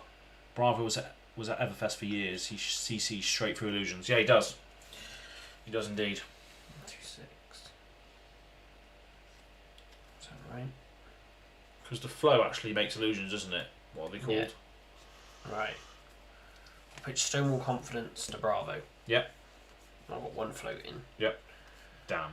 I then play Buckling Blow. Yep. Pitch Cartilage Crush. Yep. Plus the 1. Yep. So that pays for that. Yep. So that's 7 Dominate. 7 Dominate, and then it has the effect. It doesn't really matter because all my equipment's gone anyway. Yeah. So I can only block 1 with 1 card. So let's block with a Herald of Judgment for 3. Yeah. And then we take 4. So we. Did we do it, folks? I think we do. Yeah. I die. There we go. New player beats new player. That's tense. That's tense, isn't it? Yeah. Nice. Yeah. So Bravo wins there. Nice. Excellent. And that's literally just one matchup. There's so many other variations. Yeah. But what did you think of that then? I like it. Yeah. This is very different, obviously, to Magic in that I kept feeling like, oh, I want to build a board state now. But then there's no, you can't really build a board. It just depletes and depletes and depletes. And it's so the actions that you have in your deck are basically like attacks, like that you do at the opponent and stuff. But you do have some static effects like the auras and that gain your life and stuff. But yeah, because all the auras are just sacrificing the turn. Yeah. So they all just felt like, oh, it's just not going forward. What's the chat saying? We did it. Go GG. Well played. Yeah. Cheers, chat. There we go. So Bravo takes the cake in the first game. Probably play a few more. Do you want to play the same hero, or do you want to choose something else? Choose something else. Yeah. Might as well just mix it up. See what else there is. Yeah. Okay then. Yeah, so you did the right thing there by just going for like the attacks early on. You decided to go for the auras rather than my life total and stuff, and just getting rid of the value that I was getting. Is every hero double faced? So the young heroes are there's token heroes, so you can pull them in packs. Yeah. But yeah, that's the Katsu. But yeah, the Katsu will be in there somewhere if you want to play that. So just put these to the side so we don't do the same one again. It's the inverse of MTG. You start at your strongest and get weaker as the game goes on. Yeah, I think that's how you described it to me once before. Yeah. When we were speaking. You start with all your stuff in play. Yeah. So which one do you want to go with next? There's quite a few. There's loads, aren't there? Yeah. Who's that? Azalea. Is that incredibly difficult? It is quite. Yeah, Azalea's basically at the moment. I did a video on this earlier, but she's known as being the hardest hero to play with. Right, I'll go for something else then. I'll play Azalea. Oh, shit. I'll go with Azalea instead. Chain. Yep. So yeah, you can go with that. Yeah. So this is known as the boogeyman of the Monarch meta because he was essentially broken out of the straight away. Sweet. But they banned a card for him which is not in that deck, obviously. Yeah. Which pretty much solved the issue. So that should be fairly balanced. Basically, Chain allows you to play cards out of your banished zone. Oh yeah. And his hero ability will allow you to make any Runeblade card have Go Again, but at the cost of life and soul shackles. So I'll explain that to you in a moment. Let me just shuffle this. So yeah, we're going from a very different matchup this time. Ranger versus Shadow Runeblade. So this is completely different to the last game. Completely different. Does that go here? Does it? Soul Shackle, yeah. So yeah, you just put dice on it. So basically, Chain says once per turn, it says create a Soul Shackle token. So you just put a dice on here. What does it say? The next Runeblade or Shadow card gains Go Again. Yeah. So essentially, you can give Go Again to any card in your deck at the cost of creating a Soul Shackle. Now, a Soul Shackle says at the beginning of your action phase, you banish the top card of your deck. Yeah. But Chain can essentially play a lot of cards out of the banish zone. Okay, so it's not that bad. It's not that bad, but you do deck yourself quite quickly if you do build up the Soul Shackles. Yeah. But then you can still play out your banish zone. But also, there's another mechanic in this deck called Blood Debt. So if you've got cards with Blood Debt in your banish zone, you'll lose life equal to the amount of cards in your banish zone with Blood Debt. Oh. So it's managing the Blood Debt and the Soul Shackles at the same time. Nice. But yeah, basically, Soul Shackles are great because you banish cards, but with Chain you can play those cards most of the time, so you're getting a massive hand. But if you don't manage your Blood Debt effectively, you'll just die to your own means, basically.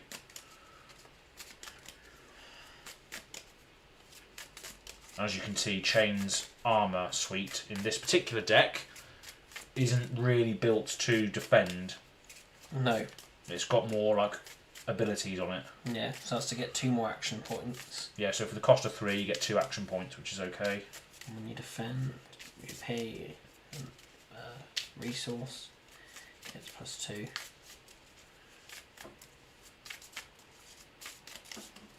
Okay. Runeblade or Shadow action works on your weapon and equipment. Or is it? Your next Runeblade or Shadow action this turn. Shadow Runeblade weapon. Does it work on Galaxy Black? I don't think it does it? Runeblade or Shadow action. The weapon's not an action, is it? I don't know. Dying to Blood Debt is Levia's speciality. Yeah, that's right. There's another hero that has to manage Blood Debt as well. This card, this deck, well, this hero is in the same set as Prism. It's all about light and shadow and stuff. Okay. And my favourite hero, one of my favourite heroes, is Azalea. This weapon she has doesn't actually allow you to attack. So with Rangers, you can only play arrows out of your arsenal as attacks, but they're normally quite bad if they hit you. But it takes a lot to get something into the arsenal to then fire it off. And there's a lot of top deck manipulation and stuff in this deck as well. But yeah, we'll soon come to see that. So roll off. See who goes first. Yes. 2d6 then. I'll put these dice back as well. That's a bit better. 7. 7. And yes, a weapon attack is an action. Oh, there you go then. So you can actually give your Galaxy Black Go Again if you soul shackle it. So I've got 4. So you can choose whether to go first or second. What should I be doing? Chat, what should he be doing as Chain? Should he be going first or second? I don't actually know, to be honest, is the answer. I think Chain's more of a... He's not really an aggro, so maybe he would go first, because you can then soul shackle something. Yeah. Potentially. Well, just see. Let's go for that. Yeah. He's going first. Tom's going first with Chain. Oh, these are all new cards. These are all new cards. Just read what this does as well. This is quite good as well, the actual weapon itself. So for 1 resource you can attack for 1. Yeah. But it says if you've played a card out of your banish zone, it will get +2. And if it hits, you deal 1 arcane damage to me. Which is essentially unblockable, but I do have a piece of arcane barrier here. Yeah. So arcane barrier works with, if you be dealt damage, you can pay a resource instead and prevent 1 damage. That looks like it does. If a hero be dealt arcane damage, you may destroy ebb and fold instead. You can prevent 2 arcane damage. That's all. Yeah, so it's sort of similar, but not the same. Yeah. But it still prevents arcane. Choose an attack. Okay, so here we go. Round number 2. So we've changed. Should I be using that ability every turn? Basically, because it gives... Probably, yeah. You want to be using that every turn, because it not only banishes cards away that you can essentially play, because Chain can play... Some cards will say you can play this from your banish zone. Yeah. And if you do, obviously it'll pump up this attack. So yeah, you probably want to be soul shackling every turn, because then it gives you more actions to do as well, because it gives your next Rune Blade or Shadow Go Again. So you can essentially do 2 things every turn. Yeah. Or more. So yeah, I'll do that first then. Create a Soul Shackle token. Yep. Your next Rune Blade or Shadow action gets Go Again. I get going. So. Oh, you don't do the Soul Soul Shackle. Shackle. So that's next turn. Start your starts going up. Yep. Right. And then the next thing I do has Go Again anyway. Yeah, Shadow or Rune Blade has Go Again, so then you can have another go after that if you've got enough resources. Correct, need them shackles, Andrew is saying. So yeah, build up them shackles. That's what Andrew's saying. Definitely. Definitely. Might have to grab myself another Wraith. Hashtag affiliation.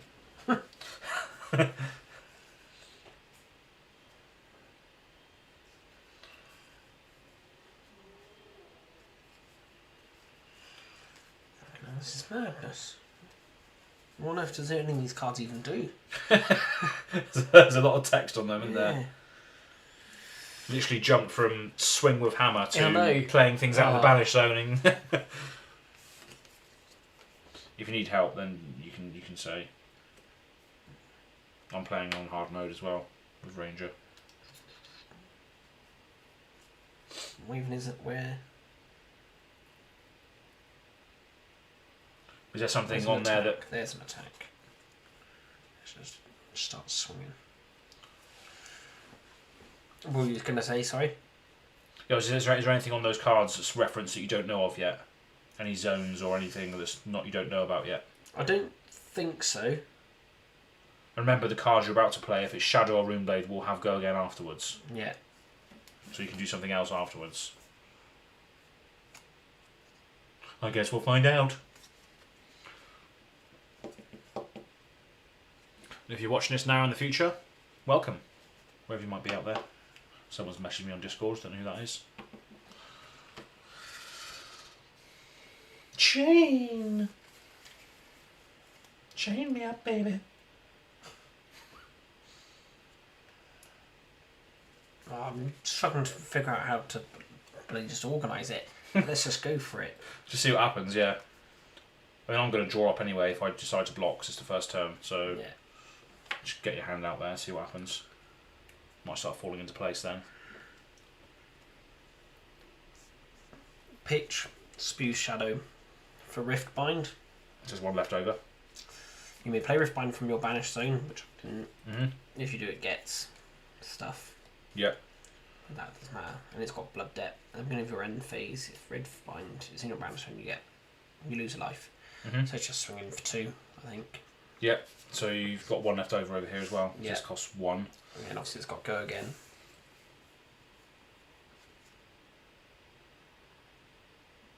I see. Right. Plus X with X number of non-attack action cards played this turn. Yeah, okay. So it's just a 2 at the moment. So I'm going to block with a 2. Yeah. And it will have Go Again after that. That just goes there. Yeah. And my remaining 1, Yep. I'll attack with Galaxy Blade. Yep. So it's just 1. Just 1 because you haven't played And if it anything hits, banished. it deals arcane damage as well. Right. If it hits, arcane damage. Yeah, so I'll block again for 2 there. Yeah. So it doesn't hit, so no arcane damage. Yeah. So I survive. And then I draw That's up to it. 4, and so do you. Just the first turn. Okay. Right. Oh, so that's what I should have done. Used Ebenfold to banish that, probably. Yeah. And then you could have played it out of there, and then got a buff for each non-attack action you played. Yeah. Yeah, potentially, yeah. Anyway, But then, yeah. that doesn't matter. Not sure if this has come up yet, but Go Again does not stack. That's fine. Oh, okay. So if one of my cards has Go Again, and I give it Go Again with Chain, it doesn't Yeah, have 2 Go Agains. that's right, yeah. Good. I did wonder that. Thank you, Andrew. Thank you. Right then, so my go. So I'm going to activate my weapon. This says once per turn action you can pay 1. If you have no cards in your arsenal, you may put an arrow card from your hand face up into your arsenal, and if you do, draw a card. Right, so I'm going to pitch a searing shot to do that. So Yep. I'm going to put a searing shot into the arsenal and draw a card. Oh, this is really good. Okay. Right, so then I'm going to play a take aim for nothing. The next ranger attack you play this turn gains +2 and reload. So if I have no cards in my arsenal, I can put a card from my hand face down into the arsenal, but I do have one there already. And then go again. And then I'm going to play this from the arsenal. Costs nothing to do so. So this has got a buff from this. This is a 6 attack. If it hits you, you lose a life. With no go again afterwards. So it's 6 attack. If it hits, you lose a life. So even if it hits just 1, You still I take lose another an 1. extra 1. Yeah. 6. Yeah, so Andrew is just reiterating the fact that you don't want to give a go again to a shackle to something with already Yeah. has go again. Yeah. Okay. Which I think I did nearly do. I'll just take 6 because I don't know what to pitch. And it feels like pitching something does nothing. I mean, it's got that little +1 thing. And remember, next turn you'll have access to another card, hopefully with something being banished away. So if you can play that out of the banished zone, Yeah, that's going to be a good quite point, good. That's a good point. But yeah, that is quite a vile attack. It's a 6. Well, it could be a 7 if you don't block. Azalea.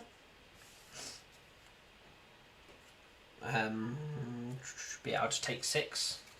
So you take 6 7, and then 7. 7. Wow, okay, that's a swing fest. Right, and then I'm going to arsenal a card, which is this, and then draw 3, and then it's your go. So, first thing is banish a card. Yep. Void Wraith, which I can play from the banish zone. There we are then. And I want to do that because I don't want to play the Blood Debt. Exactly, yeah. So I need to pitch 2 to play for that. But you can give that go again by creating another soul shackle. So you can play that from the banish zone by giving it Oh yeah, go give again. it Go Again. But the more you do it, the more cards you're going to have to manage.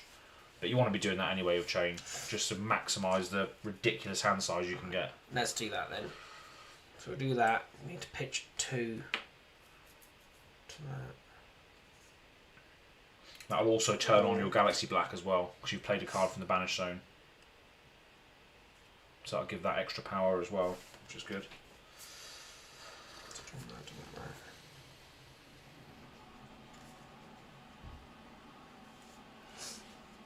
So then I can...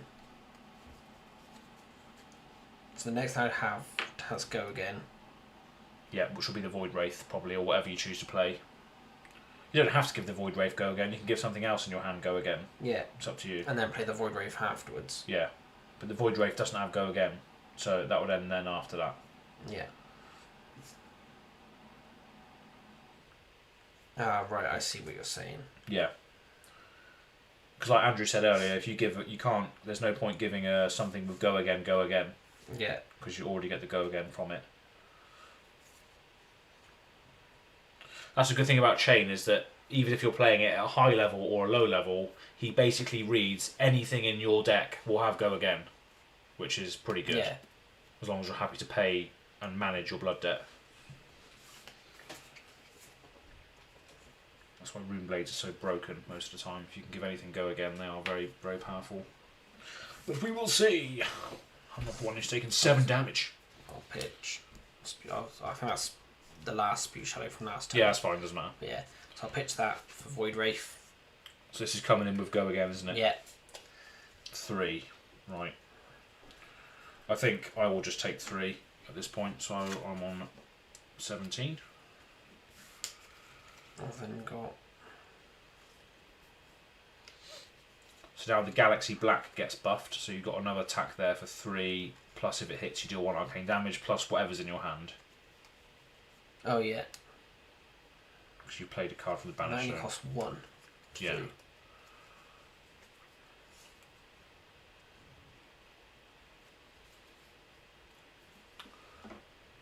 Oh my god, this is insane. So if I pitch that now... To the blade. No. Oh, okay. Sorry, to... So you play the card first and then choose. So, Sleeping Shadows. Yeah. So the next action card with cost 2 or less I play gets +1 and Go Again. Right. Yeah. And that itself has Go Again. Yeah. So that's... I mean, that's used all 3 of that, hasn't it? Yeah. So now I'm out of actions. Well, we're out of resources. Out of resources, which is not what I wanted to happen.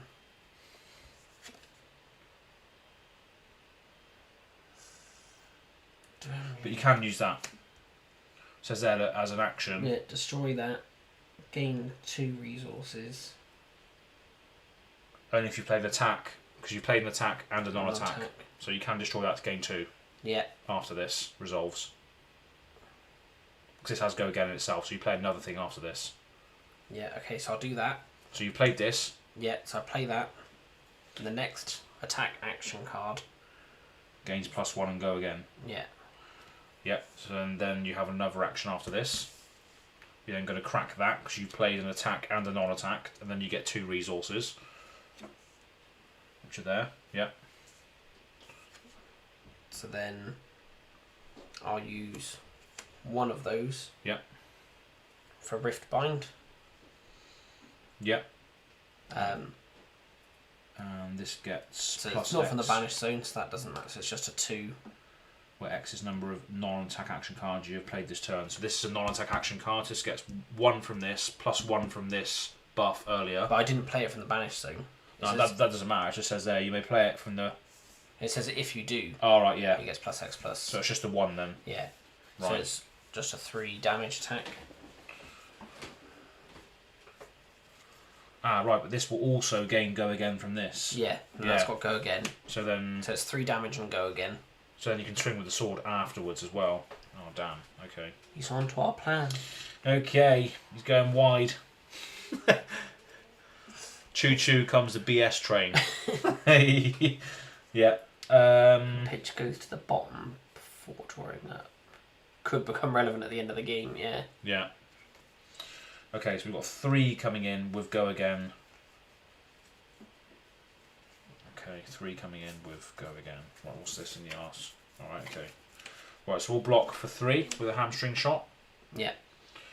And then you still have Go Again after that. And yeah, I'll then use my final resource for the galaxy to attack the galaxy, which swings for 3. And if it hits 1 arcane. Yeah. Oh, that's wild.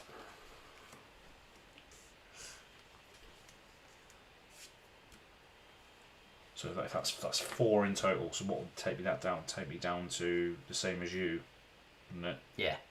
Alright, let's do that then. Let's Let's go down to the same as you. Cool, yeah. And then I draw back up to 4. Yeah. And then next turn you're going to banish 2 cards, which you could potentially play. So it's just sort of like mono black demons, really. Paying your life away to draw extra cards. Yes. If you don't keep on top of them deals, they will come back for you. Exactly. Right, so this is... Oh, does that cost nothing? No. It's a bit of a shame. Right, so we're going to use our Talismanic Lens. As an instant, we can destroy it and opt 2, which basically means scry 2. Yeah. Rearrange the top. So, we put that on the top. That's not very good, though, is it? No.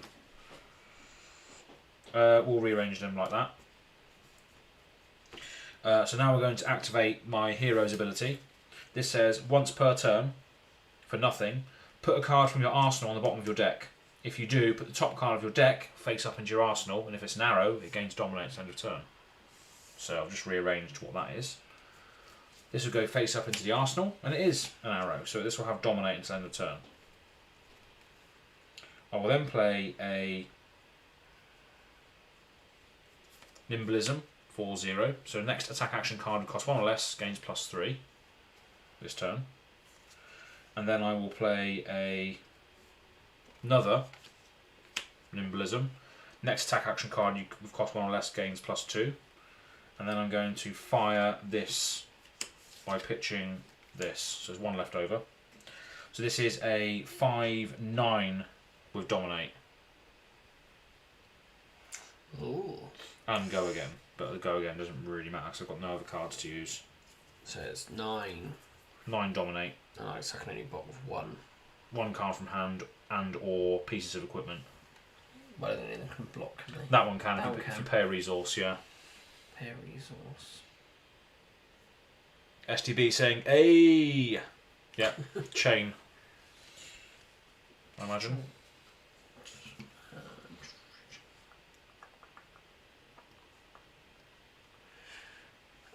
I think I have to pitch one of these to it. I'll use that to block and take 6. Yep, okay, so you're not blocking with any equipment though? Fair enough. Because I don't think I've got enough resources to pay that. That only costs 1 resource. But I'm going to have to use something from hand to do that, won't I? Yeah. I mean, I have got stuff in the graveyard. Well, you will have stuff in the banish zone, yeah. But I can't use the banish zone stuff to pitch, can I? No. So that's a choice you have to make. So yeah, that's fine. That's fair enough, yeah. You're still going to have a good card advantage, hopefully, so how much do you take? 6? Take 6. Well, I'm on 7. Okay. That resource fizzles, and then I draw 4. You'll go. And now... So 2 goes to the banish. Yeah. Rip through reality. Both of which you can play from the banish zone, right? Yeah, you may play them from the banish zone this turn. If I've dealt arcane damage to an opposing hero this turn, rip through reality gets go again. So... Great. Okay. They do have blood debt as well, so it's within your best interest to get those out of there. They do both have blood debt indeed. Right, let's pay off the blood debt, shall we? And it cares about arcane damage as well, which this can deal arcane damage. That's the only damage. thing I've got of arcane damage, I think, at the minute. So, okay. I might as well chance the arcane damage there then by pitching.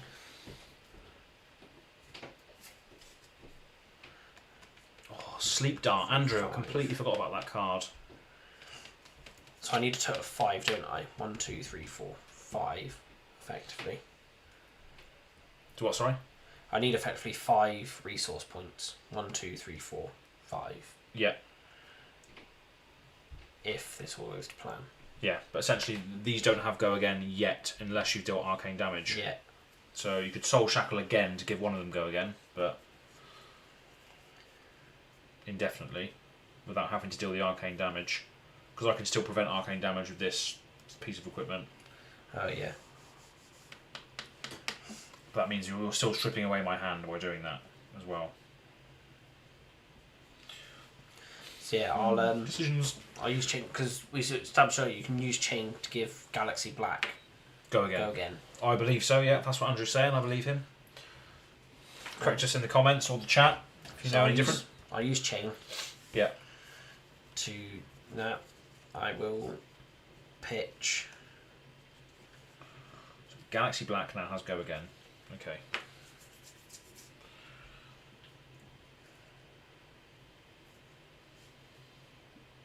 You can still use the Ebon fold as well. Instant speed. Banish a card, draw a card if it's a shadow card. There's a bit of filtering, I guess, if you need it, but. Okay. I want to cast that, but I think the sensible thing is to pitch it. Or is it not? Is it better to pitch multiple bad cards? Keep one good one, I guess. I mean, yeah, depends. Yeah, it depends what it does, I guess. Because with chain, you're probably going to see it again if you keep soul shackling, because you're going to burn through your deck. Yeah. So you're pitching one for one. Galaxy Black. Yeah.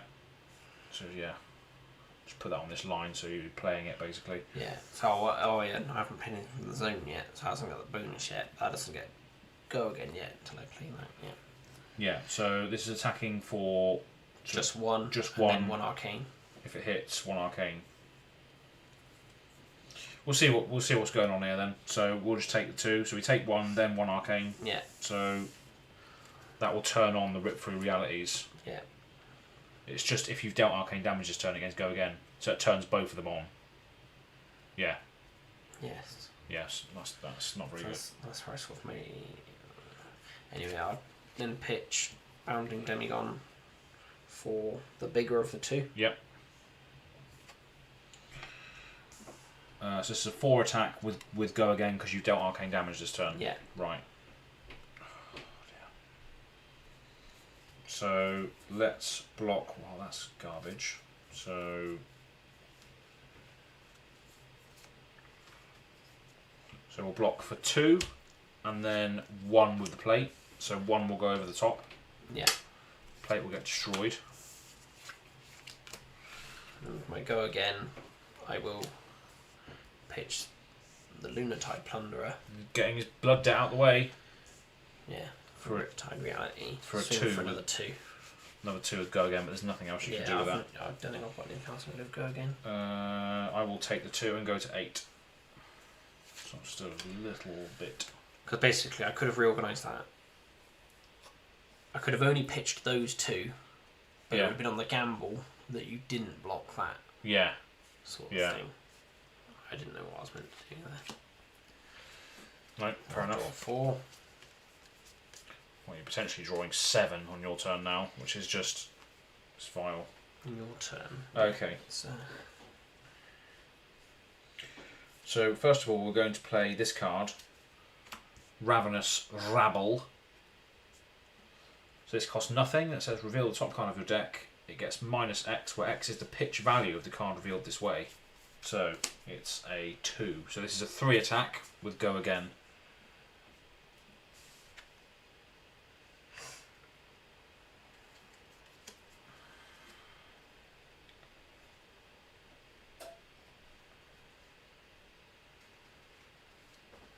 Ravenous Rabble. Andrew is saying, keep in mind what you pitch will come back later. One of the big level up moments for a fab player is realising what you pitch determines how the game ends. Well, there you go. Sorry, yes, this is a 3 attack with Go Again coming in at you. 3 attack. 3 with Go Again, yeah.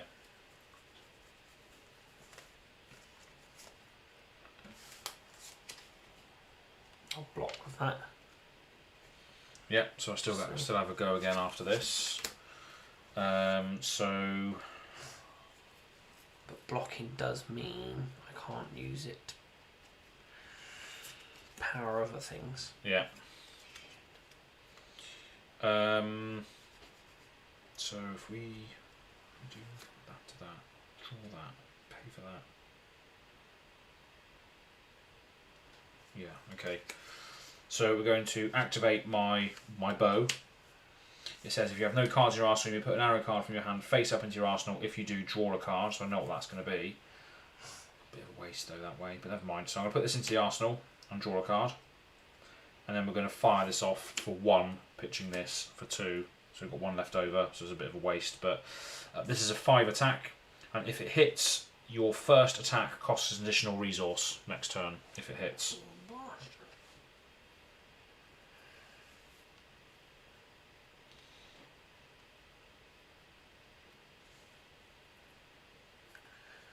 Block with that, pain that. Yep. So that blocks 2. Yeah. So I've got to block 3 more, haven't I? Yeah. But to be fair, that you're effectively drawing 3 cards with the cards that are banished. Good point. So it's just taking the risk. So I think I'll just block that as well. Yeah, so it's fully blocked. No damage goes through, and then I draw up to 4. And that goes there. That goes to pitch. That gets flipped. Yeah. And so you've got 1 card in hand, but you're about to banish 3, which you can essentially play. Hopefully, we'll see. 1. You may play from the banish zone if I do deal 1 arcane damage. Oh yeah, there you go. Lovely. Another one. And another one. And another one. I don't think I shuffled that very well. Okay, so you can play all of those, but you've only got 1 card in hand to pitch with, which is the thing. Cheater.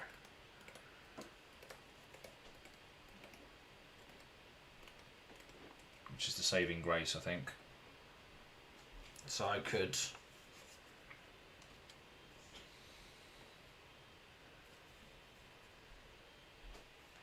So I'll pitch. I'll play that one. Yeah. And pitch that one. Yeah. So you may play it from your banish zone. If you do, it does 1 arcane damage. To you. So I can't do anything. Oh, I can actually. Oh yeah, you can use that, can't you? Right. So first of all, I'll declare a. Well, I'll take the arcane damage first of all. So it puts me down to 7. I'm not going to choose to arcane barrier any of it, and then I'm going to actually block the physical part of it with this for 3. Yeah. And then that's that. And then, unfortunately, you will lose life to blood debt because you haven't cast it or haven't used it. Yes. But you can still play it next turn. I've got no way of getting out of that, is there? There's nothing else I can do to make those 2. No, but they will stay there in the banish zone, so you still have access to them next turn, which could still be. Yeah. Could still be okay, potentially, because you can deal arcane damage, which I can't. I need to draw 4, don't I? Yeah, draw 4 at the end of your turn. And then it's me.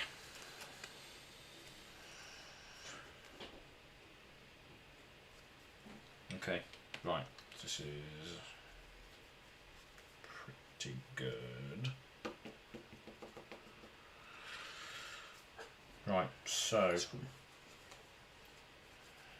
we're going to activate my bow to put a headshot face up into the arsenal. If you do, draw a card.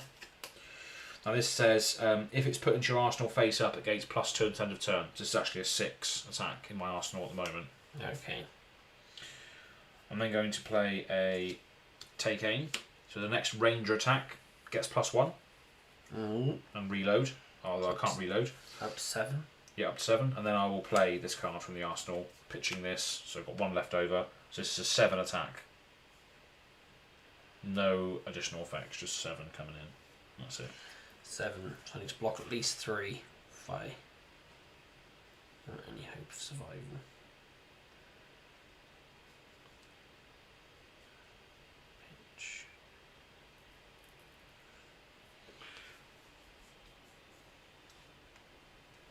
Also in the chat, does Chain tend to want to block things, or is he like Briar and just doesn't want to block things? Because essentially he could have a massive hand next turn, plus the banish zone that you've already got there. So you could potentially have 4 cards in hand, 2 in the banish zone, plus the 3 soul shackles. That's 10 card hand, potentially. The main issue I'm having though is getting enough resources. Right, yeah. To then manage that. Like if I throw stuff in front of that to block it, yeah, I'm not going to have enough Basically, I've got to block something, or else I'll die anyway. Yeah. So I've got to block for that, haven't I? And go down to 1. Yeah, and then just hope that next turn you can play chain 7 together. Yeah, I guess so. Yeah. That's probably the risk you take, isn't it? I think so. I think that's all I can do. It's that, or basically pitch my whole hand to not pitch, like block with my whole hand. Yeah. And then hope more of my hand effectively. Yeah. Okay. So you're on 1. So you effectively have to manage all that blood debt now. Yeah. Cool. And then 1, 2, 3, 4, and then she'll go. So you banish 3 first of all. Banish 3. That's it. 1. Which you can play. 2. Yeah. Which you can play. 3. I can't play that, but that doesn't have blood debt, does it? No. No. That's right then. But I need to. So it's 1, 2, 3, 4, 5, 6. Oh, it's quite heavy. And they don't necessarily all have Go Again either. No, they don't, do they? No. It's only that one turn where I managed to chain an unbelievable amount of Go Agains together. So I just need to try and do 7 damage now out of all this.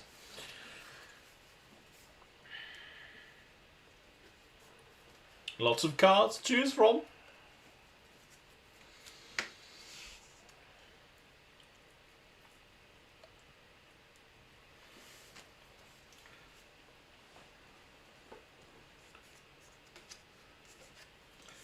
Arcane damage could also be quite quite a pivot point as well, because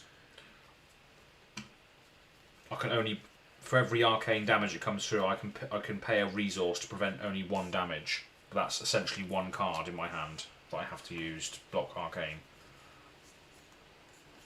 I don't think I've got enough Go Again.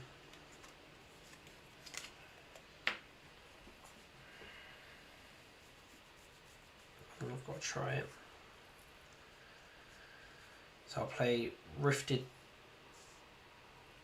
You want to activate Chain first? first? Activate Chain first. So that goes up to 4. Yeah. And then play Rifted Torment, pitching Dimensional Gateway. Yeah. Which did have Go Again. But I don't think I could have used it well. This costs 2. That's pitch for 1. Was I looking at the wrong corner again and all this? I'll pitch that then. Yeah, so this is a 4 attack. So I've cast it from Banish Zone. Oh, you have, so it does 1 arcane damage. So it does 1 arcane. Right, so I will activate my arcane barrier on this. So it says if your hero will be dealt arcane damage, you may pay a resource instead. If you do, prevent 1 damage that would deal. So I'm going to pay a resource by pitching this to prevent that arcane damage. And then I've got 4 attack coming in after that. Yeah. Right. So we haven't seen this part of the game at all yet, and that is the reaction step. Oh. So I'm going to choose not to defend with any cards from hand. Yeah. Do you have any attack reaction cards? Probably not in that No. deck. Right. So I have a defense reaction now. So it goes attack, choose to block, attack reaction, then defense reaction. Yeah. Then it just goes back and forth until you close off or resolve it all. So I'm going to play a defense reaction called Fateful Scene. Costs nothing. Yeah. It blocks for 4, and I can opt 1. So I'm going to look at the top card and then choose. I'm going to put that on the bottom. Yeah. But it does essentially block all of it. Yeah. And then you have a Go Again. So I've got Go Again. I just need to do as much damage as possible here, really, don't I? Yeah, I've got 2 cards in hand as well. So I don't think I'll be able to smash through all that, am I? there's nothing to give Go Again to anything unless you can do this to draw a card maybe. 2 action points. If you pay 3, yeah. But then I run out. Then I'll have no resource points, will I? No. Effectively. Also, I can use that to destroy that to possibly draw a card. Yeah, so you could pitch for 1. If it's a shadow card, draw a card, which it's just a bit of a cycling effect, really. But basically, to use that, I'd have to use that card, discard that card, draw something new. So I have to banish a card from your hand. All right, yeah. So yeah, you're losing 2. Yeah. And then I'll have something in hand, but no points to use it. But I'll do what I was going to do. Yeah. but I think it loses me the game anyway. Just pitch that again. To cast. I guess I could do that one now, can't I? Does not really matter anymore, does it? This one, I guess. Yeah, well, that's a high power attack, isn't it? Yeah. I think, well, ish. Yeah, it's most I can do. Yeah. I'm going to die. I'll go swinging. Yeah, so again, choosing to defend with no cards from hand. No attack reactions from you because you've already declared none, and I'll do exactly the same thing. Yeah. To block 4 and opt 1. Nice. But then I think, yeah, on the end step you'll die, won't you? Yeah. I opt 1 as well, but I'm just going to I'll put that to the bottom. Doesn't really matter. What does that say? What's the first word on that? Generic. Generic defense, yeah. Cool, so any deck can use that. Any deck can use that, yeah. And then you die to blood debt, which is thematic, in the sense of a word. There you are. I didn't pay the Reaver. Didn't pay the Reaver. Yeah, that's a lot harder deck to pilot, that one there. That's a very, very high skill level. I think what's... Yeah, I also can see that it is very good once you get the hang of it. Oh, yeah. Yeah. Just those. Want to do one more? Yeah. Cool.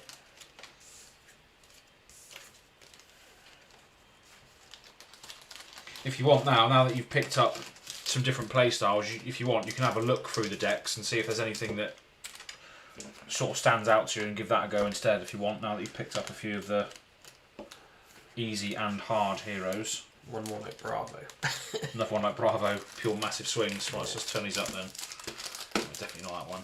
I did see an orc looking fellow. Yeah, that's like a brute. So that's very much like Bravo, big swingy attacks, but then cares about a random element as well. And that one there. Do you want to use that one? Yeah, so basically whenever you discard a card of 6 or more power, you intimidate me. Which means you... This wasn't it. No? And then I guess there's not another one. Must have been, mustn't it? Or that one. Oh yeah, this. Yes. Yeah, that's the one. One of my mates likes to use because it basically doubles the. It's very, very chaotic. Either halves your power or doubles your power. So it's hard to it's hard to. If it goes off, it goes off because obviously you're doubling your power. But if it doesn't, it halves it. It's very, very ineffective. So it's just I'll go for the other one. I'll go for the other one. All right. And I will play. What do I want to use? What have we haven't seen yet? Warrior? Let's go with Warrior. Lots of attack reactions in Warrior. No, it's Bravo on the back again. Yeah. Bravo. Typically by turn 3 or 4, Chain is applying enough pressure to not need to worry about blocking. Well, there we are then. What is that in CC or Blitz? Is that CC or Blitz, Andrew? Are you referring to there, or is it both formats? No. By turn 3 or 4.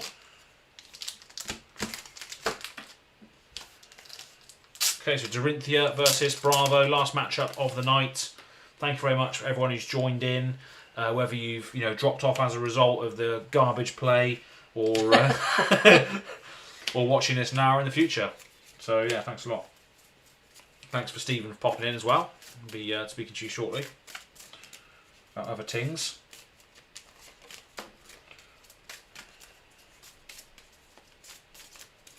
There's 3 concurrent viewers, so these viewers can know the big scoop as they've tuned in today. So basically, I'm doing a.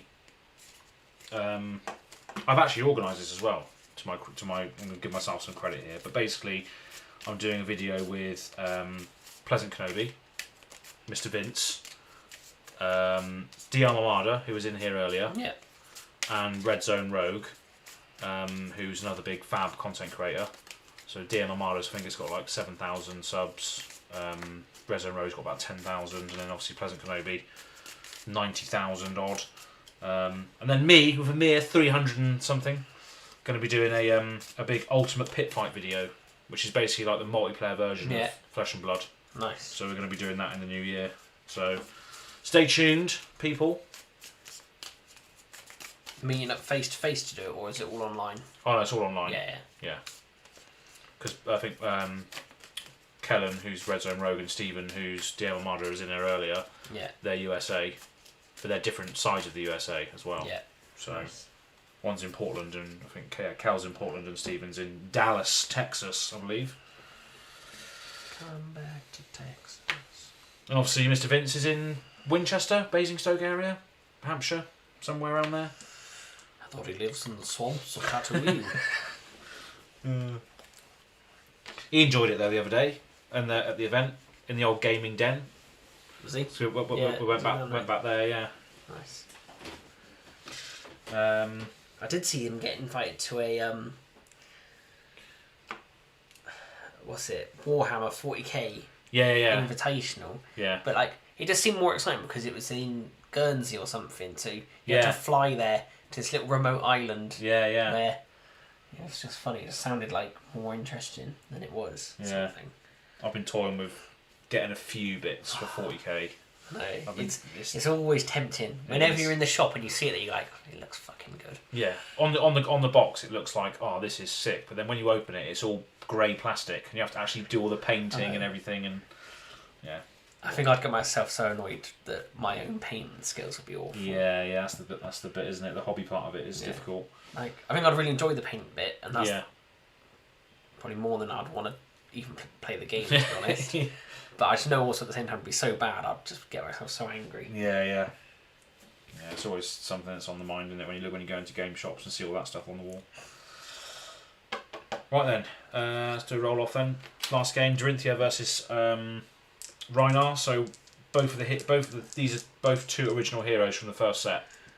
Brute and Warrior from the first set. Welcome to Wraith, which has now been declared as out of print. So hopefully these cards will go up in price. We'll see. 7. And you? 9. So yeah, it's up to you, I guess. So I think this is aggro, so I'll go second. Yeah. So a good thing as well about going second is that if you draw your hand and you don't like your hand, you can essentially mulligan it by blocking it away. Yeah. Which is quite good. Shout out to Capolo, who did a good video on whether it's worth going first or second. There's quite a lot of intricacies to it actually. So yeah, I will go first. Which is more interesting because Magic is just go first. Yeah. There's very, very few times, very few meta games where it's worth going second. Yeah. I like the Wizard as well. There's another deck in here called the Wizard who basically plays instant speed. Yeah. So you can play on your opponent's turn, which is just vile. It says whenever you discard a card with 6 or more power, but it's discard when you pitch. Does that count as discarding? No, but there'll be a lot of cards There's in cards there. that reference discarding. Yeah. That's okay. Yeah. I like this as well. Once per turn effect, if you discard a card, it gets more power as well. So the Romping Club will also get buffed every time you discard a card. And every time you discard a card, you Intimidate Me, which is also very good. Banishes a card temporarily from my hand, which I can't use to block. Yeah. Okay, right, so I'll go first then. So, okay. So my hero just cares about attacking with her weapon. So that's what I'm going to do. Shout out to Ziggy, who might be watching this now or in the future. His main hero for CC is Dorinthia, so forgive me for any misplays.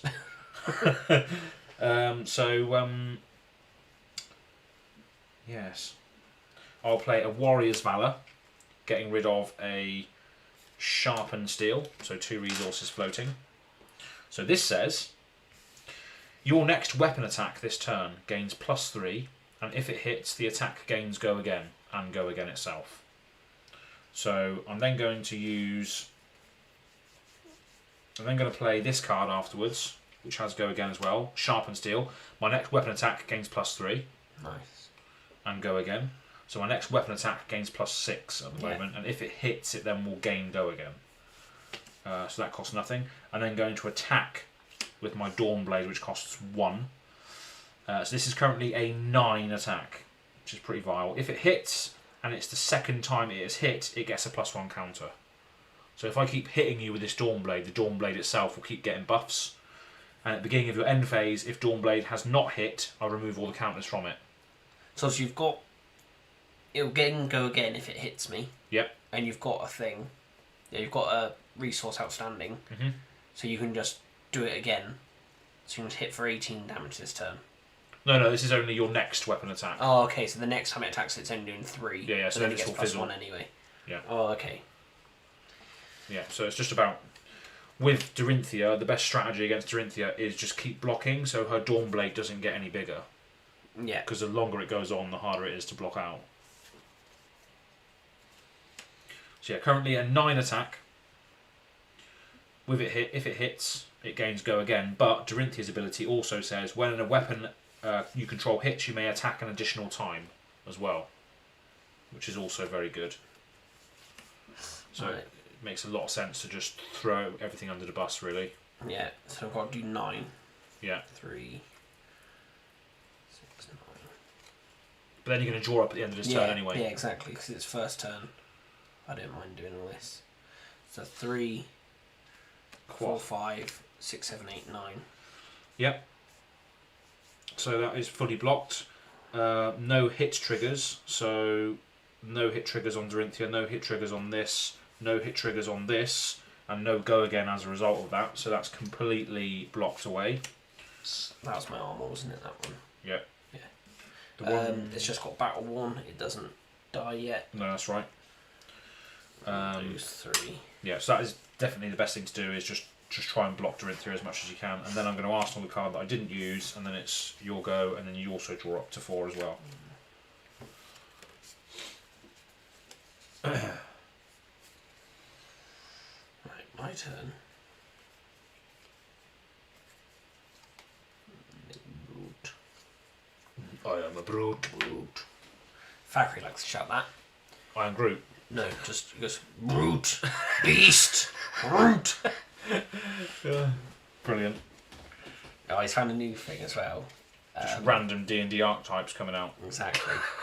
He it's a Disney film called The Good Dinosaur, and in it there's this Centrosaurus. Yeah. That he's got these weird animals around him, and they're trying to name the little boy in it. Yeah. And he just he goes like, murderer, beast. Then what was it? Beast, murderer. It's like slayer. It's just so weird. Like, it just gets so dark. A lot of those things have hidden meanings, don't they? Disney do a lot of jokes for adults in there as well.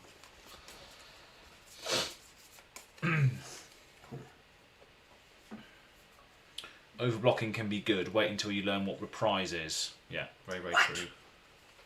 Reprise is an ability that Warrior has. Don't know whether it's in this deck, but we will see. Oh, you cheeky bastard.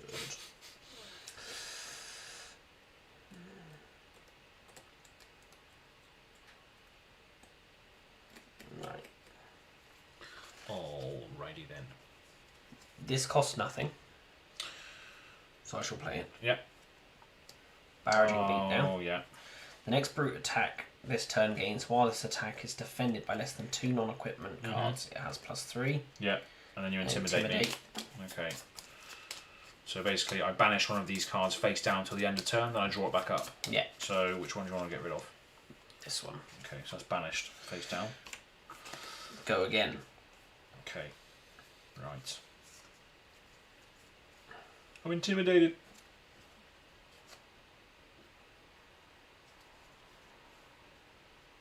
Defended by less than 2 non-equipments. Okay. So that means it's going to get a buff if I do not block with less than 2 non-equipments. Right. Oh, wait, no, this doesn't work as planned, does it? Because I want... I've got attack for brute attack now, haven't I? Or else this has all been stupid. A brute attack does actually work with your weapon, though, if that makes a difference. Oh, it does? Yeah. Because it's still a brute attack. Okay. It's a brute weapon. Oh, so the bellow. The primeval bellow. That's going to be vile if that's the case. It only gets that till the end of turn. So that's not much good, is it? Whenever you just got to cost 6 or more, Intimidate. Intimidate again. Yeah, so that's going to be horrible. So I could do that. 50-50 chance. You're random. Should we just go for that then? Oh no. Is there no way of sequencing it to make sure you discard the power of 6 or more? Yeah, it would. I have to discard. So I'll play Savage Forest. Savage Forest? Savage Feast. Pitching Unmovable. Yeah. I then have to discard a card at random. Yeah, which is the only one left. Yeah. Does it go there? Yeah. Yeah. So you trigger Intimidate first of all. So that triggers first, does it? Yeah. So what do you want? This one. Cool. And then if that's... So you draw a card off that as well. But that doesn't have Go Again. It's just a big... It's just a big so it doesn't really do much, does it? What's the point of drawing a card there? Because you can just put it in the arsenal. Oh, right. Put that in the arsenal and then draw 4 more. And draw 4 more, yeah. Yes. So it essentially just makes your hand a bit bigger. Yeah. Yeah, I keep forgetting about how using the arsenal. Yeah. Which normally I didn't forget about because I want to put that in the arsenal. Because it says play it from the arsenal. Yeah, it gets additional effects, yeah. But fuck it, I think... Fuck it. I assume this is a swearing channel. Oh, yeah, whatever you want, yeah. Bitch, whatever. Oh, Jesus. Right, so... So that is swinging 4, 6, and he gets +3 unless you block it with 2 equipment. Non-equipments. What? Yeah, 2 non-equipments.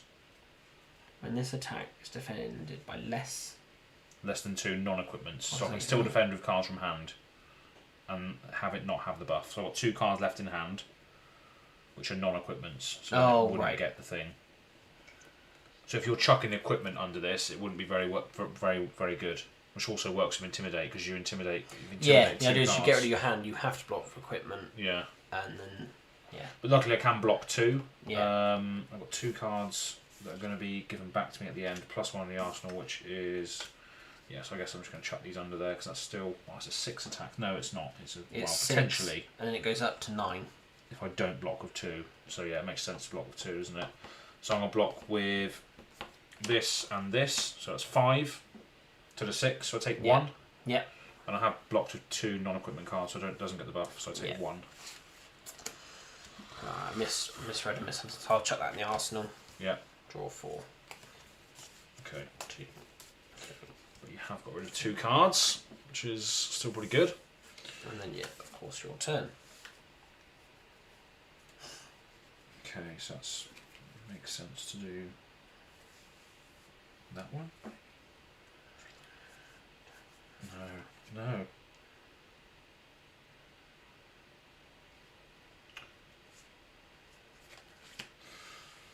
Okay, yeah. So we're going to play same card as before, actually. Warrior's Valor.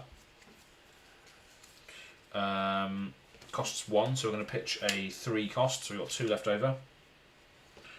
This says the next weapon attack you play this turn gains +3, and if it hits, the attack gains Go Again. So I'm going to use 1 of that to attack with the Dong Blade. So this is a 6 attack. If it hits, Go Again. I need to block this, don't I?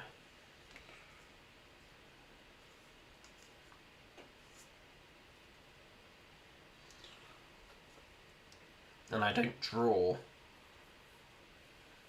at this point, do I? No.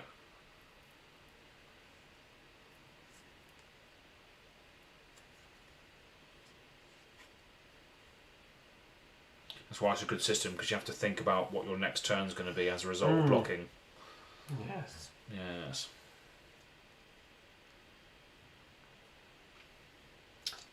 I think what I need to get my head around more is planning the using your resources. Yeah.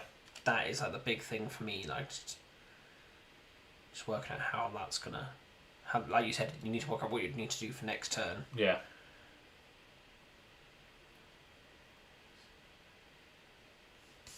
If you're really strapped on resources, that's why this strapping comes in. Yes. So you can gain some, but you need to use that in emergencies, really.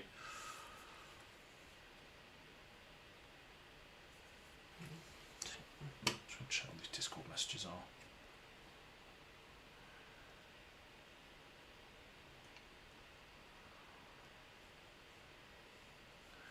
Definitely block with that. And also block with Same. Andrew's dog. Oh, hello, Andrew's dog.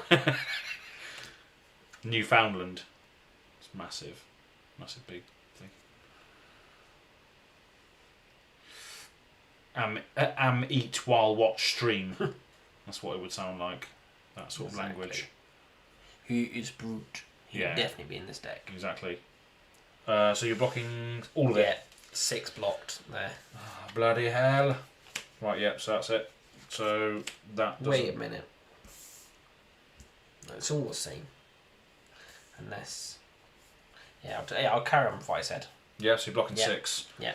Cool. So no go again as a result of that. Still got the 1 card in the arsenal, and then I will draw up, I guess. Yeah. Cool. And then it's your go. Dorinthia. I'll say this stream looks pretty good today. Cuddle size. That's what Andrew's dog's saying, apparently. Brilliant. I'm pretty sure Newfoundland doesn't look much like that. That one looks not like it'd kill me. Yeah. But I'm sure it was a Newfoundland that gave me that. Really? I don't know if chat can see that. When I tried to drop a laptop off to some... No, it wasn't. No, I dropped a laptop off to someone else, then dropped a folder to someone else, and their fucking dog bit me. Oh, bloody hell.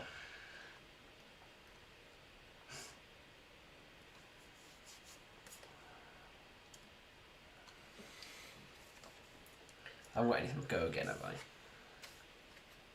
Brute doesn't really have go again No. enablers. It's just Yeah. big attacks most of the time. But doing that, I then can't do that. So I can either try the strapping.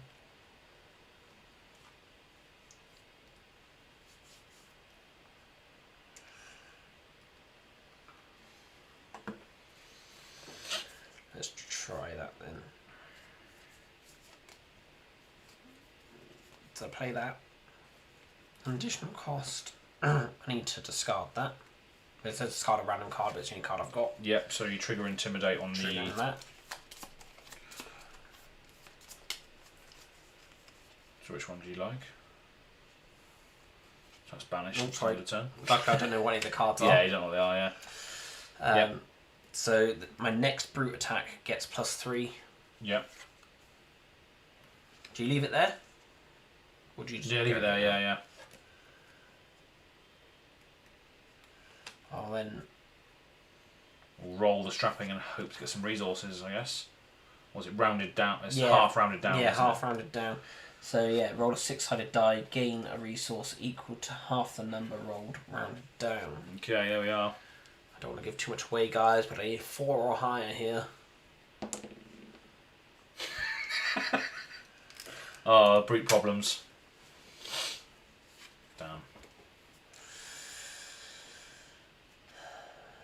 Yeah, that's me done. That's me done. Shit. It probably would have made more sense to just swing out with the club instead of trying to hope for the bellow. Because you could have pitched the bellow. Especially this early in the game. Yeah, never mind. Yeah, redraw 4 then. Yes, draw 4. And this goes back to hand. And that's my go. Okay. Right. I think I might just build up as well now that there's a bit of an bit of a lull there. So yeah, I'm going to do that. I'm just going to play this card. This does feel very tactical. Like more tactical than Magic, that you constantly have to be thinking about. Yeah. Like everything where you can instantly block anything, and yeah, it's very whereas Magic's easy to be like, oh, you're tapped out, yeah, and know that you're sort of safe for a bit. Yeah, and even cards in Arsenal could be like, oh, what's that? Mm. And stuff. So yeah, there's a lot of good stuff in this. So yeah, as my action for the turn, I'm just going to play this card, which is an item, Energy Potion. So it's an action, so it still costs me a resource, or an action point. But at instant speed, I can destroy it and gain 2 resources. Wait, should that have cost me an action point? No, it's an instant, isn't it? Yeah. but this is a generic action item. Oh, okay, right, yes. So I played this, and at instant speed I can gain 2 resources if I destroy it, but that is my action for the turn, so I'm just going to draw a card, and then back to you again. Okay. So I've taken the opportunity to just lay out my hand a little bit there.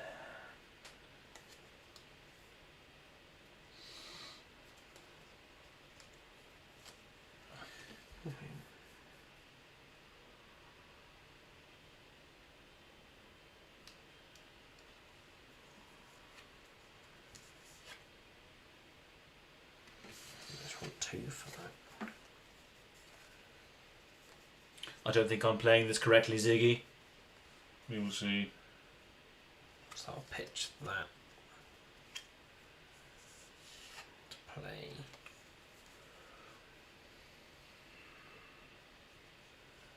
Pack Hunt. So that intimidates me straight away.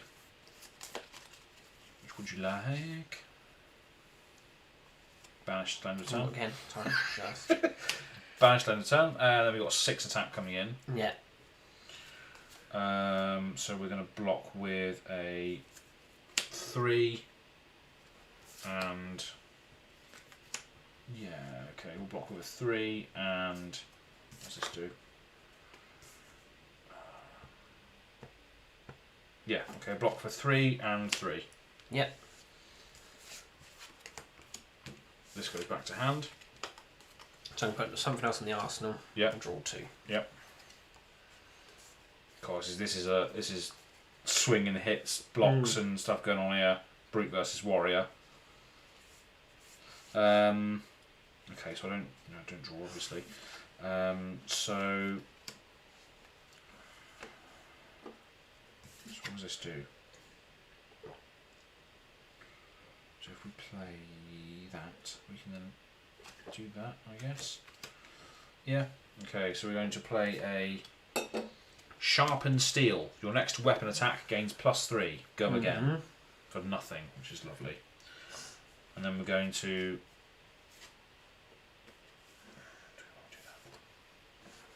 And these double sided as well. Yeah, a lot of them are, yeah. Big Katsu. Adult Katsu, yeah. We're going to attack with the Dawn Blade, pitching a Driving Blade. So we've got 1 left over. And this is a 6 attack. And if it hits, I can attack an additional time with it. So it's coming in for 6. Yeah. Coming in for 6, but I don't have a go again after this. Oh, actually, no, I do. I potentially can have a go again after this. So yeah, 6 attack. 6.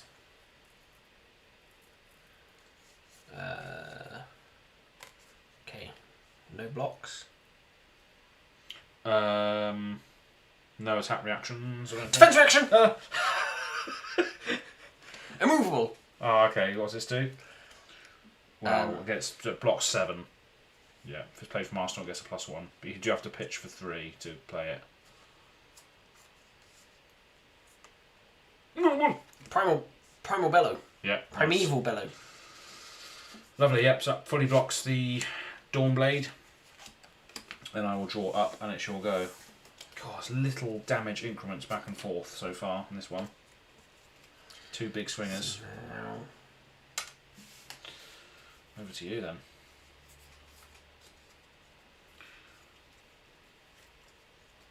So if anyone is joining now or in the future, live, this is the last game we're going to be playing today. Brute versus Warrior. Welcome to Raid. And if you've been here the whole time, thanks for being here. Fantastic.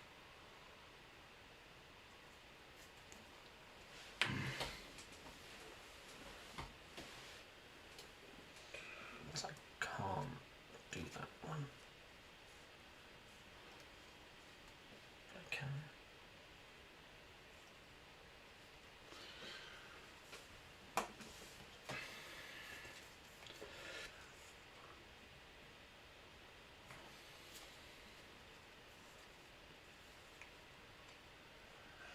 Play Swing Savage. Savage Swing. Additional cost to play it, discard a card. Well, you have to pay for the cost first. Oh, of course, yeah. So that can, yeah. Do that one and Discard that one. That one. So triggers the Intimidate, yeah. Yeah. That's what I mean, if you structure it in a way where you pitch to leave yourself with only one card to discard, you can trigger the things most of the time. Yeah. Yeah, they both have triggered it that time. Yeah. Banished end of turn. And then we've got 7 coming in. Great. 7. Okay. So if we block with the Refraction Bolters, the Gallantry Gold, and the Iron Rock. No, so that's 2 there. So 7, right. What's this? Just garbage, don't know why that's still there. So 7, so that's 5. Do we just take a hit now? See if we can go back. Yeah, so we're going to block for 2. These are both battle worn equipments, so I can still use the effect if needed later on. So I take 5. Yep. So I'm just going to remove one of those dice. So I'm on 14. This goes back to hand. And then it's my go, I believe. Yeah. So. Okay. So you've got to take a hit every now and again, just so you can potentially play a big hand again. Yeah, it does make a big difference. Even just blocking with one card. Yeah. You just have. Yeah, Just only having 3 in your next hand does make a big thing. Like when you said earlier about the person who's got 1 less intelligence, so you're always going to play him with 3. That must be a nightmare.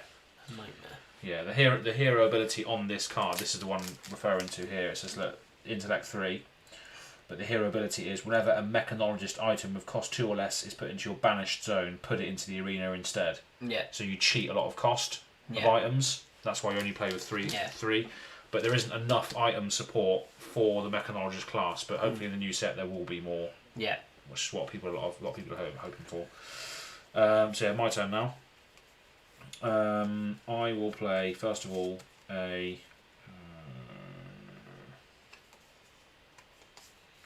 I'll play a driving blade. This costs 2, so I'm just going to crack the potion to pay for this. Give me 2 resources to pay for that. So that's gone. Your next weapon attack this turn gains +1 and go again. So this will have go again regardless of what I do with it. So we will then attack with the Dawnblade. Costs 1, so I'm going to get rid of a Nature's Path Pilgrimage. So I have 2 left over. Yeah. So this is a 4 attack with go again. And that's it. If it hits, I can attack again with it as long as I've got go again, which I do have. Because normally It's got go again regardless because of that. Yeah. So it doesn't matter if it hits me this time, does it? Because it can't go again stack. Yeah, but because of so I have go again on this because of this. Yeah. You can't normally attack with weapons twice. You can only attack with them once. But because of her ability, it says whenever a weapon you control hits, you can attack an additional time as long as you have an action point to spend. Okay. Which I will do because this is giving it an extra one. Okay. So yeah, this is just a 4 at the moment with go again.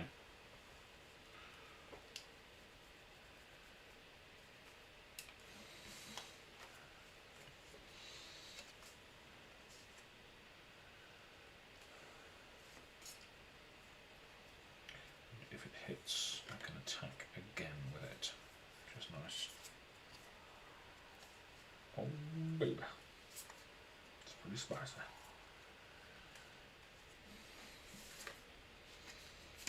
Oh, baby.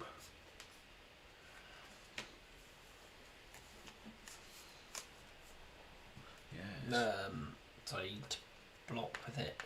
Else it's just going to come back at me again, isn't it?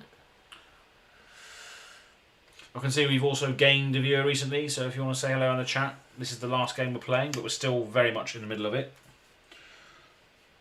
Warrior versus Brute, like the old days. So you're chucking your legs in front of it for now, so you've got 3 left to block. If you don't want it to hit me, if I don't want it to hit.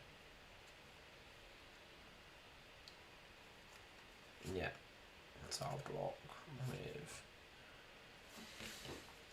that one as well. Okay, right, so you've declared blocks from hand. I'm going to now declare an attack reaction. Yep. So I'm going to play as quoted by Andrew earlier, a reprise card. So this is Iron Strong Response. So warrior attack reaction.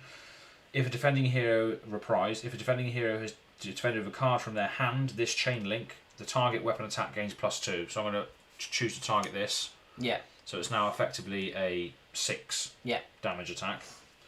So yeah, the attack. So I take 2 now. So you take 2, and the attack has now hit. Yeah. Which means I can attack an additional time with it. Yeah. Because of the Dorinthia ability. I have 2 floating still, so this will go back. Does it happen every time then? So you can hit me again, and then you've hit me again, as long as you've got enough. Yeah, as you've long as got I've got another enough. card in hand, so you can pitch that one and just hit me again. Well, I've still got 2 resource points here. But But this is a once per turn effect. So whenever once per turn, yeah. Yeah, okay. yeah. So I can't just keep going. Yeah. But yeah, so with that with the resources left, I'm going to then.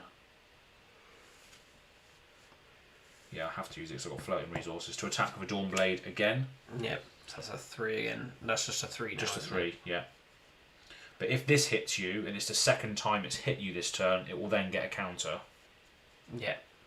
So I'll block with the pack hunt. Yeah, so you block for 3. Yeah. No reactions this time. So you fully block that attack. And then I've got no go agains after that, so that's fine, yeah. So then I draw up to 4, yeah, and then it's your go. That resource fizzles. Fizzle, fizzle, fizzle.